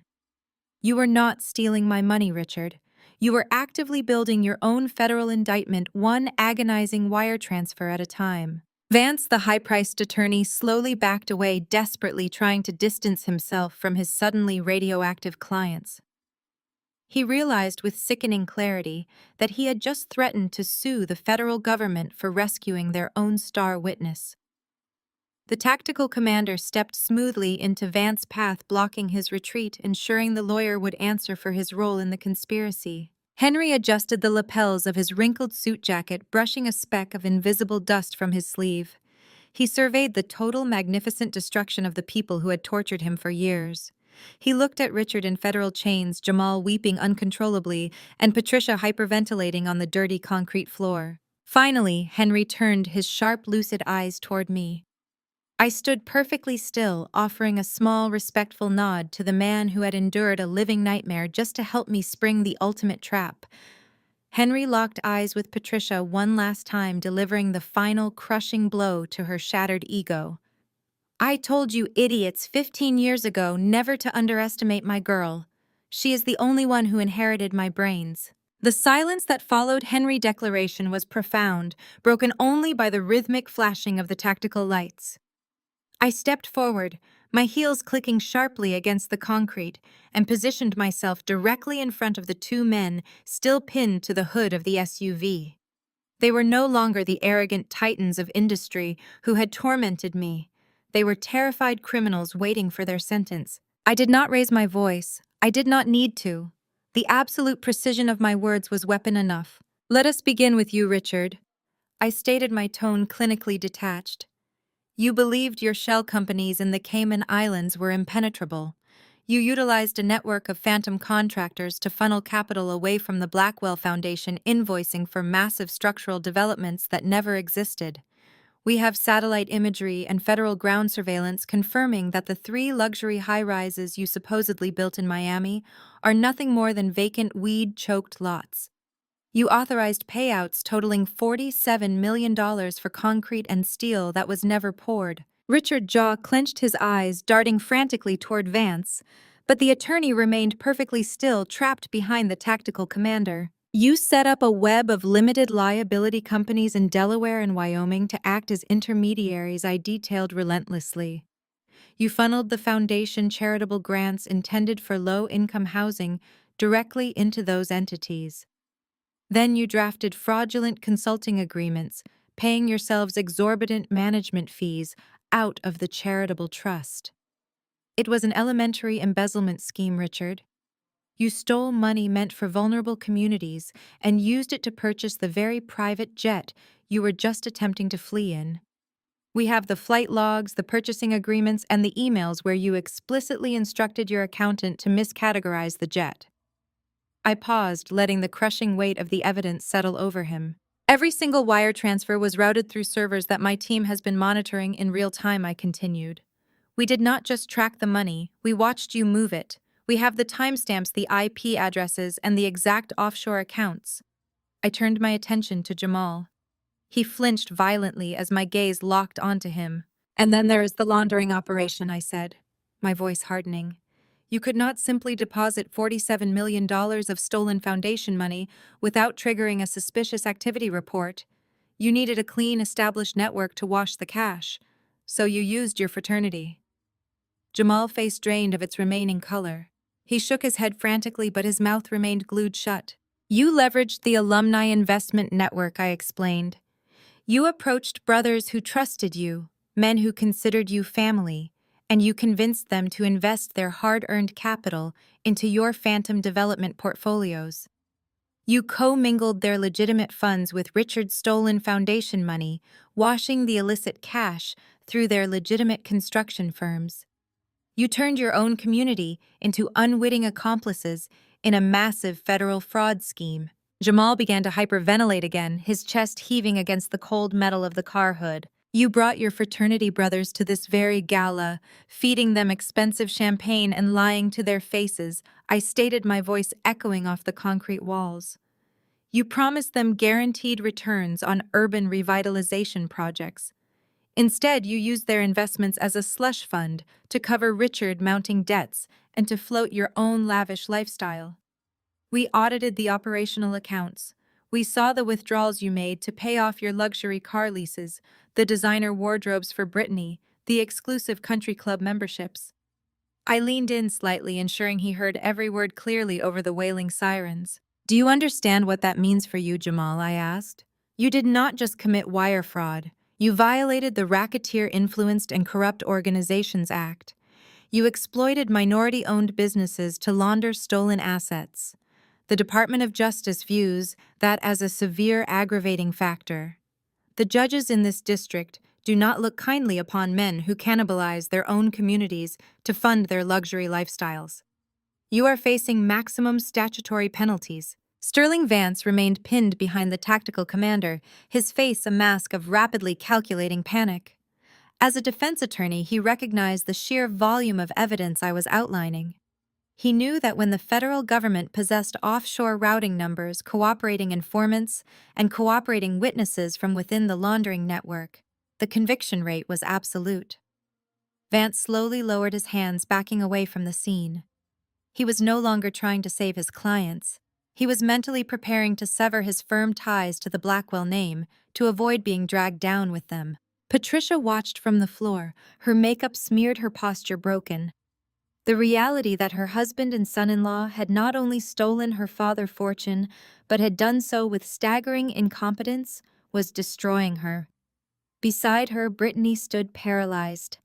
The designer gown she wore, the diamond jewelry glittering under the harsh police lights, all of it was purchased with stolen, laundered money.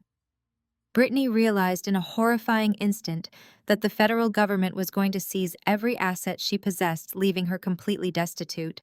I stepped back, addressing both Richard and Jamal. For 3 years I sat at your dinner tables, I said, my voice ringing with finality. I listened to you mock my career. I endured your endless condescension. And every single night I went back to my office and meticulously dismantled your entire lives. I traced the routing numbers. I subpoenaed the bank records. I built a financial map so comprehensive that the federal prosecutor did not even need to deliberate. You operated with the absolute certainty that you were untouchable. That arrogance was your fatal vulnerability. I let the reality of their situation settle over them like a suffocating blanket. They were completely surrounded. The tactical team stood motionless, their rifles ready. Grandfather Henry watched them with cold satisfaction from his medical transport. There is no legal loophole, I stated. There is no expensive settlement that makes this go away. The federal indictments are already sealed. The asset freezes are permanent. Every bank account, every property, every luxury vehicle you own has been seized under federal forfeiture laws. You are bankrupt, and you are going to federal prison. The sheer weight of my financial autopsy finally crushed the last remaining shred of Jamal's psychological resistance. The realization that he was about to spend the rest of his natural life behind bars shattered him completely.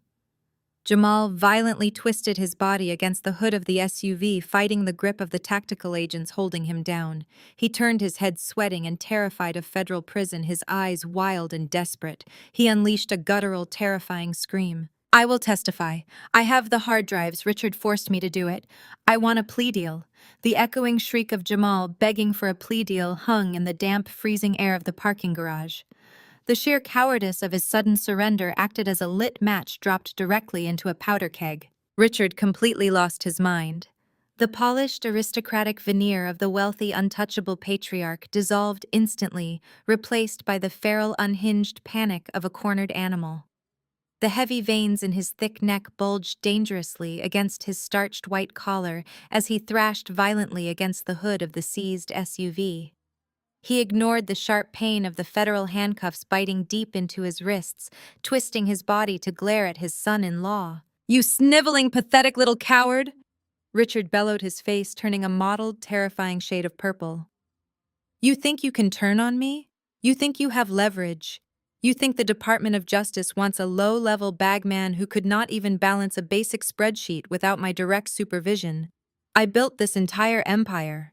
I am the only reason you are not rotting in a gutter right now. Jamal shrank back against the grill of the vehicle, shaking his head rapidly. Tears mixed with the heavy sweat pouring down his face, dripping onto his ruined tuxedo shirt. I will tell them everything, Richard. I kept copies of the routing numbers. I kept the encrypted emails. You kept nothing, Richard roared back, his voice cracking with pure, unadulterated venom. You are too stupid to keep records. You want to talk to the federal agents. Jamal, let us talk. Let us tell the tactical commander right here exactly why you were so eager to wash my money. Let us tell your beautiful, oblivious wife what you have been doing behind her back for the last 2 years. Brittany, who had been standing frozen in her designer silk gown near the armored transport vans, suddenly flinched. The blood drained entirely from her face, leaving her looking like a porcelain ghost under the glaring white halos of the tactical floodlights. She took a hesitant, trembling step forward, her voice barely a whisper.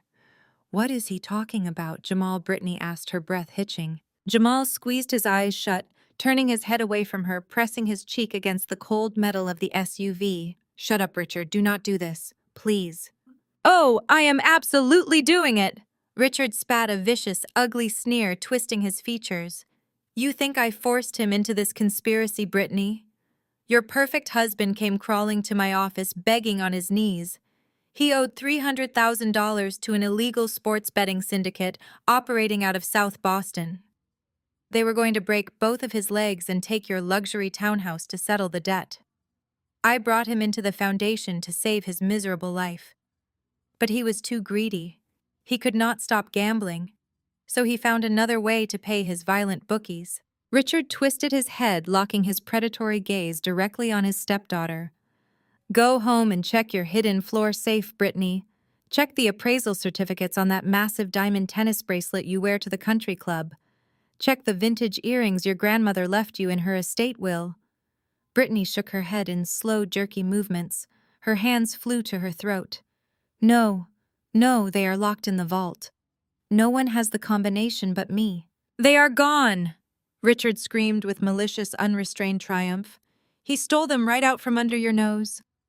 He took your priceless family heirlooms to a shady fence in the Diamond District, sold them for pennies on the dollar to pay off his loan sharks, and paid a cheap street jeweler to replace them with cubic zirconia. You have been parading around elite society wearing cut glass for 18 months. Your entire life is a fake, and you are married to a common thief. The absolute silence that followed was deafening, broken only by the low hum of the idling federal engines. Brittany stared at Jamal. The man she had paraded in front of me for years, the man she had weaponized to prove her superiority, the man she claimed was the perfect wealthy husband, was currently sobbing against a federal vehicle unable to meet her eyes. You stole my grandmother diamonds! Brittany whispered, her voice fracturing into a jagged, unrecognizable sound of pure heartbreak and fury. You replaced them with glass. Brittany, I had to. Jamal whimpered, finally turning his tear-streaked face toward her. They were going to hurt me. I was going to buy them back, I swear I was. The dam broke. The golden child, the untouchable princess of the Blackwell family, completely snapped. Brittany unleashed a guttural, terrifying shriek that echoed off the damp concrete pillars. She lunged forward with explosive, reckless speed, completely ignoring the heavily armed federal agents surrounding the perimeter. She threw herself at Jamal, her perfectly manicured hands transforming into weapons. She raked her nails across his face, tearing at his cheeks and neck, screaming with a rage that bordered on absolute madness. Jamal, constrained by the steel handcuffs securing his wrists firmly behind his back, was completely defenseless. He shrieked in pain as Brittany dragged him down toward the concrete floor, kicking and thrashing wildly in her ruined designer heels. "Get off me!" Jamal cried out, blood welling up in thin red lines across his jawline. "You ruined my life!" Brittany screamed, her voice cracking hysterically as she tried to strike him again. "You stole from me! You are a pathetic, lying loser!" The tactical commander signaled his squad with a sharp flick of his wrist.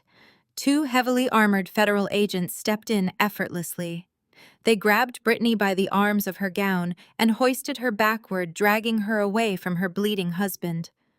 She kicked at the empty air, her expensive shoes flying off into the shadows, sobbing uncontrollably as the illusion of her perfect existence burned to ash in front of her.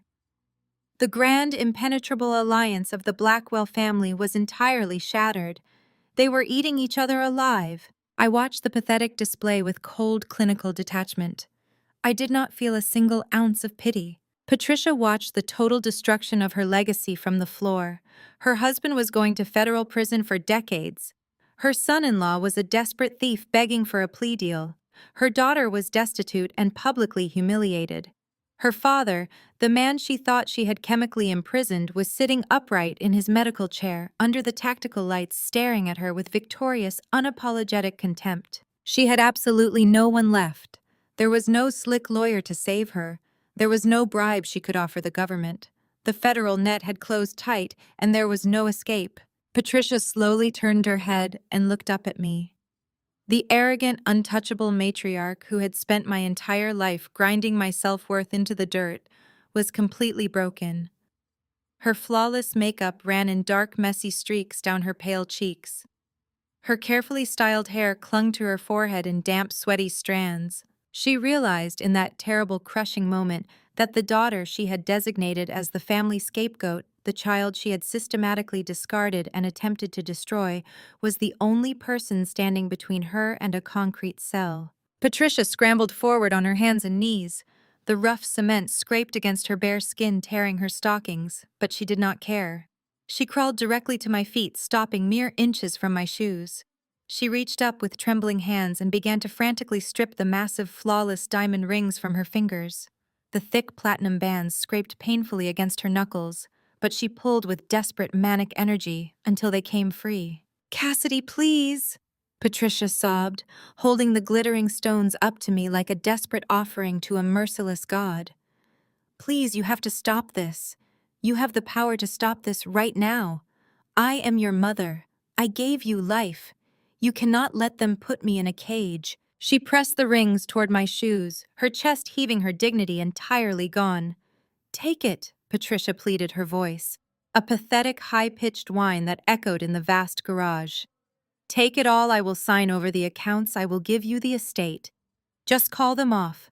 Just do not put your mother in prison." I stood completely motionless, looking down at the woman weeping at my feet. The garage was silent again, save for Brittany muffled sobs in the background.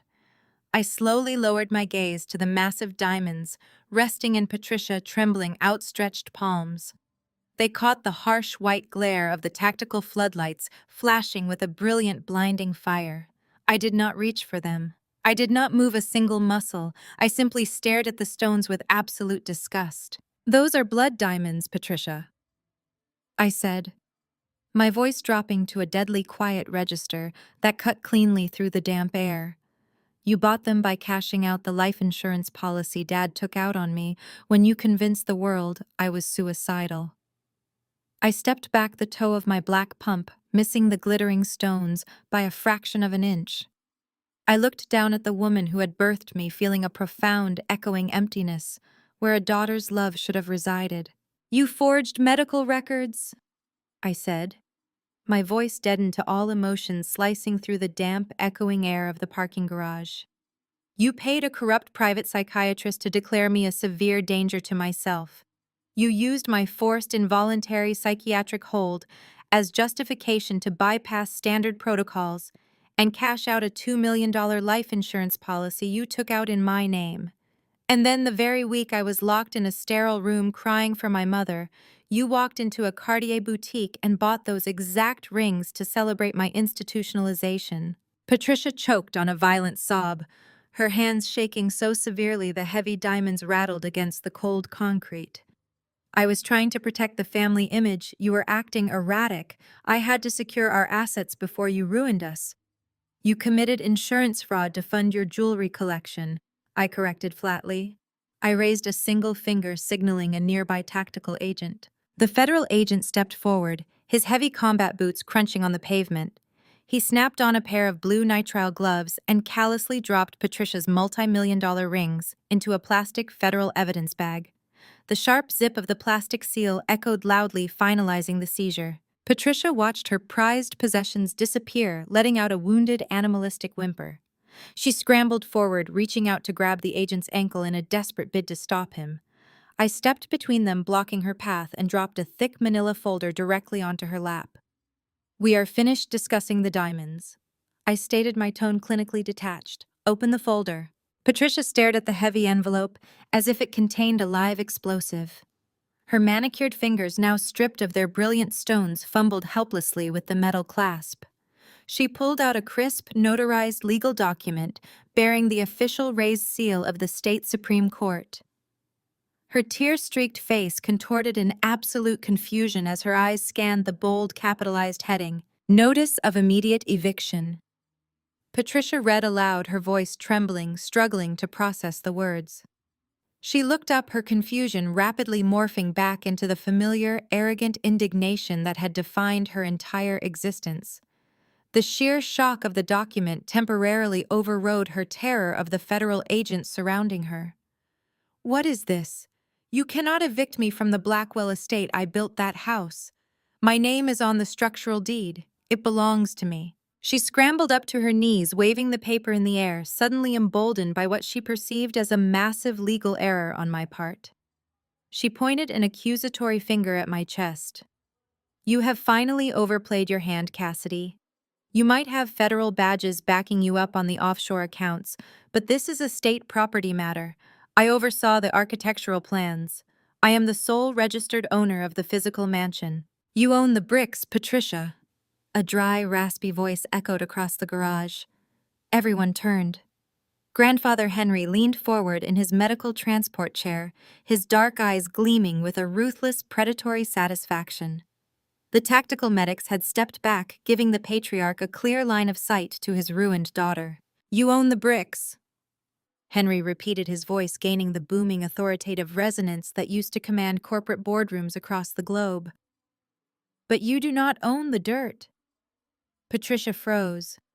The remaining color drained entirely from her face, leaving her looking sickly and hollow under the harsh white glare of the tactical floodlights. "Dad, what are you talking about? You—" 3 years ago." Henry began, resting his hands firmly on the padded armrests of his chair. "Before you started crushing synthetic sedatives into my morning coffee. Before you bribed my nurses and locked me in that chemical cage. I noticed the discrepancies in the foundation ledgers. I saw the greed festering in your eyes, Patricia.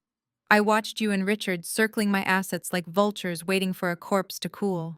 Patricia shook her head in frantic denial, clutching the eviction notice to her chest.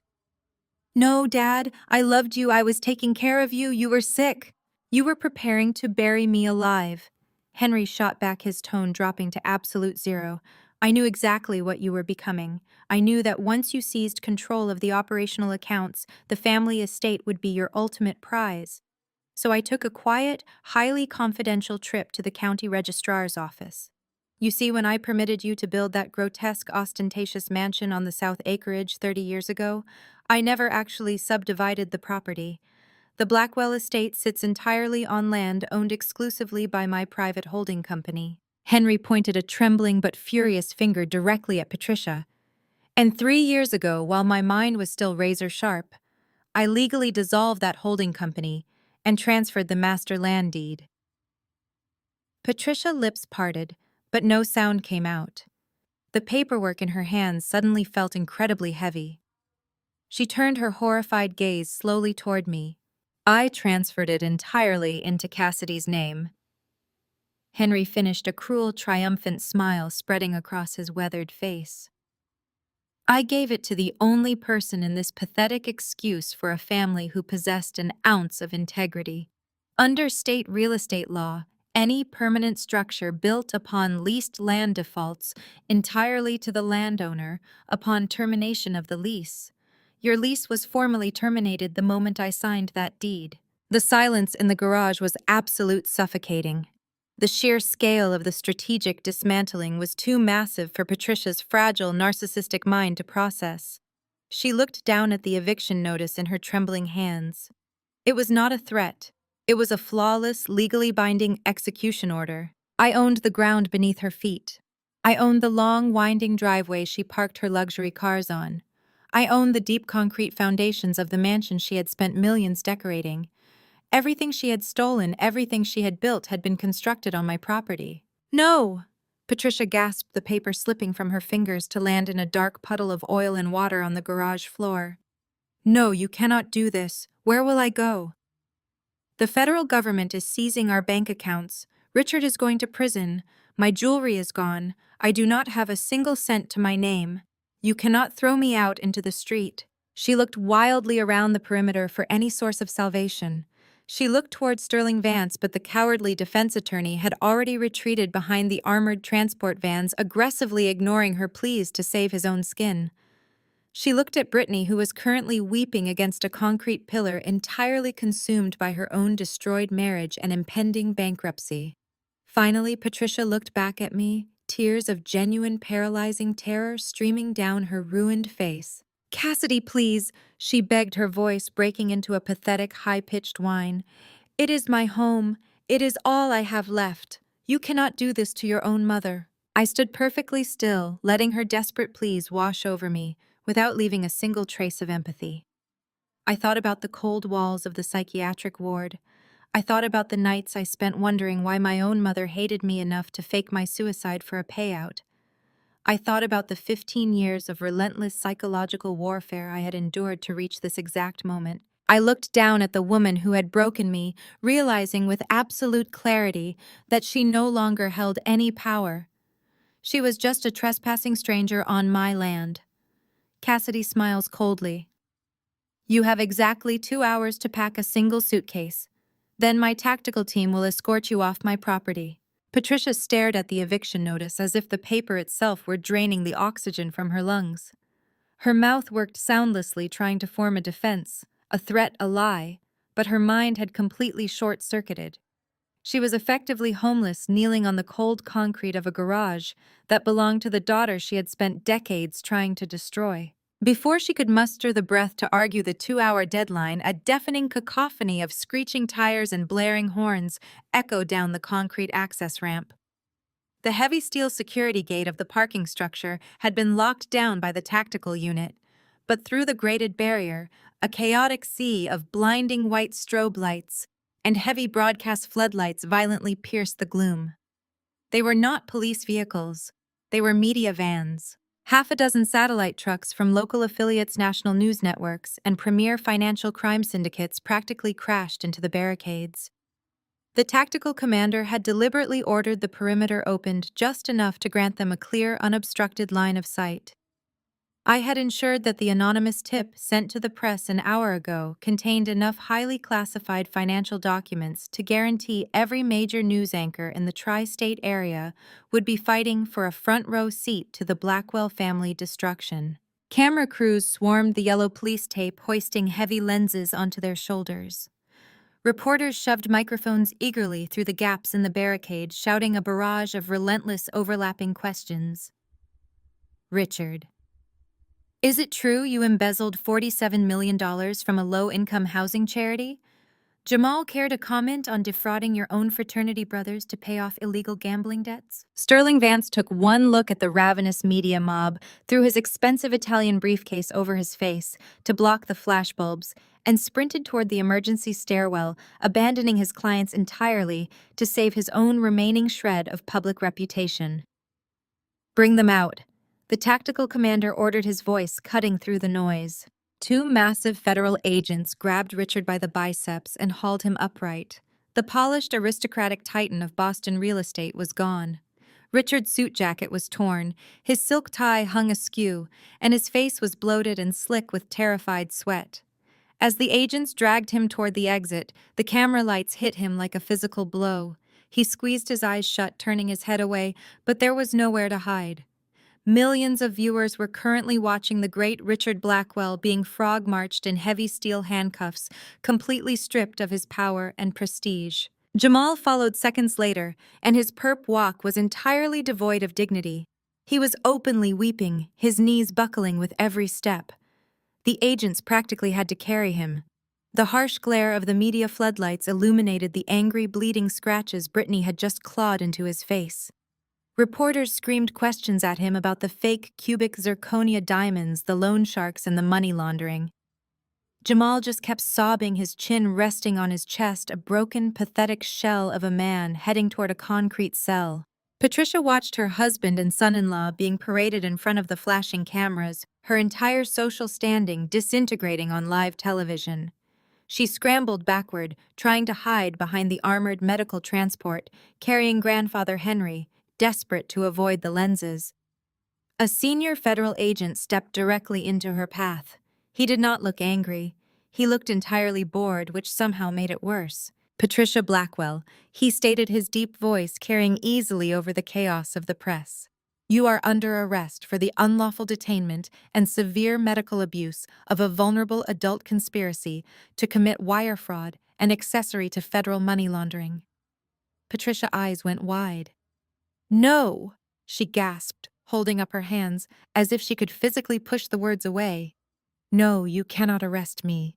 I did not touch the money. I just signed the medical forms. I am a victim here. Turn around and place your hands behind your back, the agent commanded, unhooking the heavy steel cuffs from his tactical belt.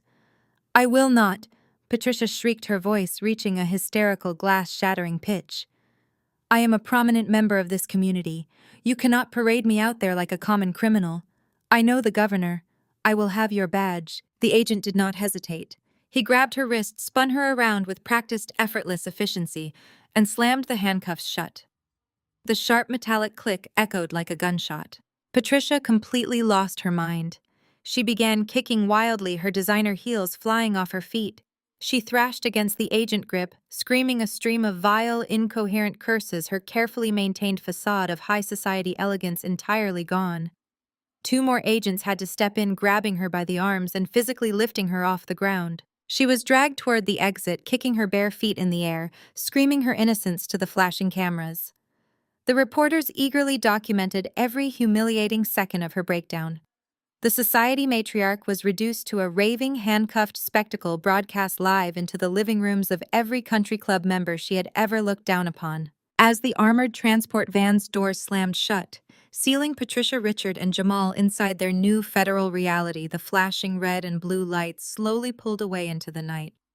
The media vans scrambled to follow the convoy, leaving the parking garage suddenly quiet, save for the low hum of the remaining tactical vehicles securing my newly reclaimed property. I stood in the center of the concrete floor, the cool night air rushing in through the open gate. A few yards away, Brittany was left standing entirely alone on the curb. She was shivering violently in the damp air. Her silk designer gown was torn and stained with grease from her fight with Jamal. She had no shoes. Her wrists were bare, stripped of the fake diamonds her husband had bought to replace her stolen inheritance. The federal agents had completely ignored her, leaving her behind because she was not part of the criminal enterprise. She was simply collateral damage. She had no husband. He was going to federal prison. She had no money. The federal government had frozen every account attached to the Blackwell name. She had no home. The townhouse was financed with laundered money and was currently being seized by the IRS. Brittany slowly wrapped her arms around her shivering shoulders. She looked at the empty space where the transport vans had been, then slowly turned her tear-streaked face toward me. Her lower lip trembled. The arrogant, vicious sister who had spent a lifetime mocking my clothes, my career, and my existence was entirely gone. She stumbled forward on her bare feet, her steps uneven and weak. She stopped 2 feet away from me, her eyes darting nervously to the armed tactical agent standing silently at my back. Cassidy. Brittany whispered, her voice cracking as fresh tears spilled over her eyelashes. Cassidy, please. I have nothing. My cards are declined. The agents took the keys to my car. I do not even have a phone. I did not speak. I simply watched her, my expression completely unreadable. We are sisters, Brittany sobbed, falling to her knees on the cold concrete. Please. I know we have had our differences, but you are family. You have the estate now. It is a massive house. Just give me one of the guest rooms. Just let me stay there. Just for one night. I have nowhere else to go in the entire world. Please, Cassidy. I am begging you. I looked down at her shivering, pathetic form. I remembered the day I was packing my meager belongings into garbage bags after Patricia had thrown me out. I remembered Brittany standing in the hallway sipping a mimosa laughing with Jamal about how the house would smell so much better without the failure living in the basement. I reached into the pocket of my tailored blazer. My fingers brushed against a crisp piece of paper I had kept meticulously preserved for exactly this occasion. I pulled out the exact crumpled $100 bill Patricia had thrown at my face on Thanksgiving, the money she had offered me as an ultimate insult when she thought I was starving and broken. I held the bill out over the concrete. I unpinched my fingers. The $100 bill fluttered down through the freezing air, landing gently on the dirty cement, right at Brittany Bear's shivering toes. Try Uber. The crisp coastal spring breeze swept across the sprawling stone balcony of my estate, carrying the scent of blooming jasmine, instead of the heavy, suffocating perfume Patricia used to spray in these halls. I sat in a high-backed wicker chair, resting my hands on the smooth glass of the patio table. The mansion behind me was entirely transformed. I had ordered construction crews to gut the interior down to the studs within a week of the eviction. The gaudy, ostentatious gold trim, the ridiculous crystal chandeliers, and the dark, oppressive mahogany paneling that Richard had demanded were all gone. In their place stood clean, modern lines, vast open windows and breathing room. The house was finally clean. Across the table, Grandfather Henry took a slow, deliberate sip from his porcelain coffee mug. The transformation in him was even more miraculous than the architecture. Stripped of the synthetic sedatives and the psychological torment Patricia had subjected him to, his mind was razor sharp. The physical frailty remained a permanent consequence of his age, but the defeated, vacant stare was completely gone. His dark eyes were vibrant, alert, and filled with a quiet, profound contentment. He set his mug down on the saucer with a soft clink, his gaze fixed on the digital tablet resting between us. The screen displayed a live broadcast from the premier national financial news network. The news anchor sat behind a glossy desk, looking directly into the camera with a grave, practiced expression. The ticker at the bottom of the screen read, "Blackwell Empire crumbles, sentencing reached." I reached out and tapped the volume icon, letting the crisp audio fill the peaceful morning air. "We have breaking news out of the federal courthouse this morning," the anchor stated, his voice ringing with absolute finality. Former real estate tycoon Richard Blackwell and his son-in-law Jamal Vance have officially been sentenced by a federal judge, following a swift and devastating trial that exposed a massive web of embezzlement and money laundering. Both men have received the maximum statutory penalty, 15 years in federal prison. Due to the severity of the financial crimes and the exploitation of vulnerable charitable funds, the judge has explicitly mandated that there will be no possibility of parole. Blackwell and Vance were remanded directly into federal custody immediately following the hearing. The screen flashed to a recorded clip from outside the courthouse. Richard looked 20 years older. His hair was entirely white, his posture hunched, the arrogant titan of industry replaced by a broken, terrified inmate shuffling toward a heavily armored transport bus in a bright orange jumpsuit. Jamal followed closely behind him, keeping his head ducked, hiding from the merciless barrage of camera flashes. There were no expensive suits. There were no slick defense attorneys shielding them. They were simply convicts heading to a concrete cell for the rest of their natural lives. I tapped the screen, pausing the video right on Richard's defeated, humiliated face. I felt a deep, resonant wave of satisfaction settle into my bones. The financial autopsy I had meticulously constructed in the dark for 3 years had functioned flawlessly as a lethal injection to their criminal enterprise. 15 years, Henry murmured, shaking his head with a grim, knowing smile. They will not survive it. Men who build their entire identities on stolen power always shatter when forced to live in a cage. You dismantled them perfectly, Cassidy. They dismantled themselves, I replied smoothly, leaning back in my chair. I merely provided the federal government with the receipts. Henry chuckled, a warm, genuine sound that I had not heard since I was a child. He turned his attention away from the paused screen and looked out over the vast manicured lawns of the estate. And what of the women? I understand the Department of Justice declined to pursue criminal charges against your mother and sister. They avoided prison. I confirmed, my tone clinically detached. The federal prosecutors determined that Patricia and Brittany were entirely ignorant of the actual mechanics of the embezzlement and the laundering. They lacked the operational intelligence to be considered active conspirators. But avoiding a federal indictment does not equate to walking away unscathed. The asset forfeiture was absolute. I picked up my coffee, savoring the rich, dark roast. I had kept close tabs on my mother and sister through a private investigator. The reality of their new existence was far more punishing than any prison sentence. Stripped of the Blackwell fortune, the seized offshore accounts, and the liquidated luxury properties, Patricia and Brittany were entirely bankrupt. The high society friends who used to attend their lavish galas had blocked their phone numbers the instant the scandal broke. They were currently living in a cramped, single-room motel on the outskirts of the city, a place with peeling water-damaged wallpaper and a persistent mold problem in the bathroom. Without access to their trust funds or Richard credit cards, they were forced into the only reality available to unskilled, desperate women with toxic public reputations. They were both working the graveyard shift at a cheap, neon-lit diner off the interstate.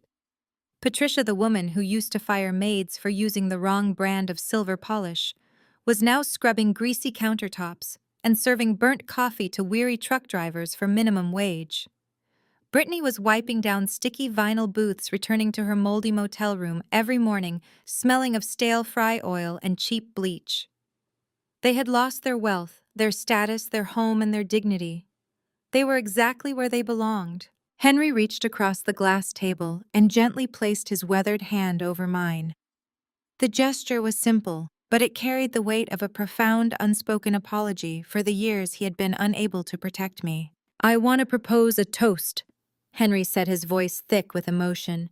He raised his porcelain mug into the morning sunlight. "To you, Cassidy. For years they tried to break you. They designated you as the family failure. They threw you into the shadows and expected you to wither and disappear. But they severely underestimated the strength of your spine. You did not just survive them. You forged yourself into a brilliant, terrifying, and extraordinarily powerful woman. You reclaimed this family legacy. I have never been more proud of anyone in my entire life." I looked into my grandfather's eyes, feeling the last remaining fragment of childhood hurt finally dissolve. I raised my mug and gently clinked it against his. "To the truth," I said quietly. I turned my head and looked out over the sprawling, sunlit estate. The green lawns rolled perfectly down toward the tree line. The property was secure. My bank accounts were entirely legitimate and continuously growing. My forensic accounting firm was currently flooded with lucrative contracts from major federal agencies who had witnessed my complete destruction of the Blackwell syndicate. I was fully independent, deeply respected by my professional peers, and entirely victorious. I set my coffee down and pulled my sleek silver laptop toward me. The screen illuminated, displaying a fresh, highly encrypted dossier sent over by the Department of Justice. Another shell company, another arrogant billionaire hiding stolen assets in the dark. I smiled, a cold, sharp expression of pure anticipation. I closed the laptop with a satisfying, decisive snap, absolutely ready to catch the next white-collar criminal.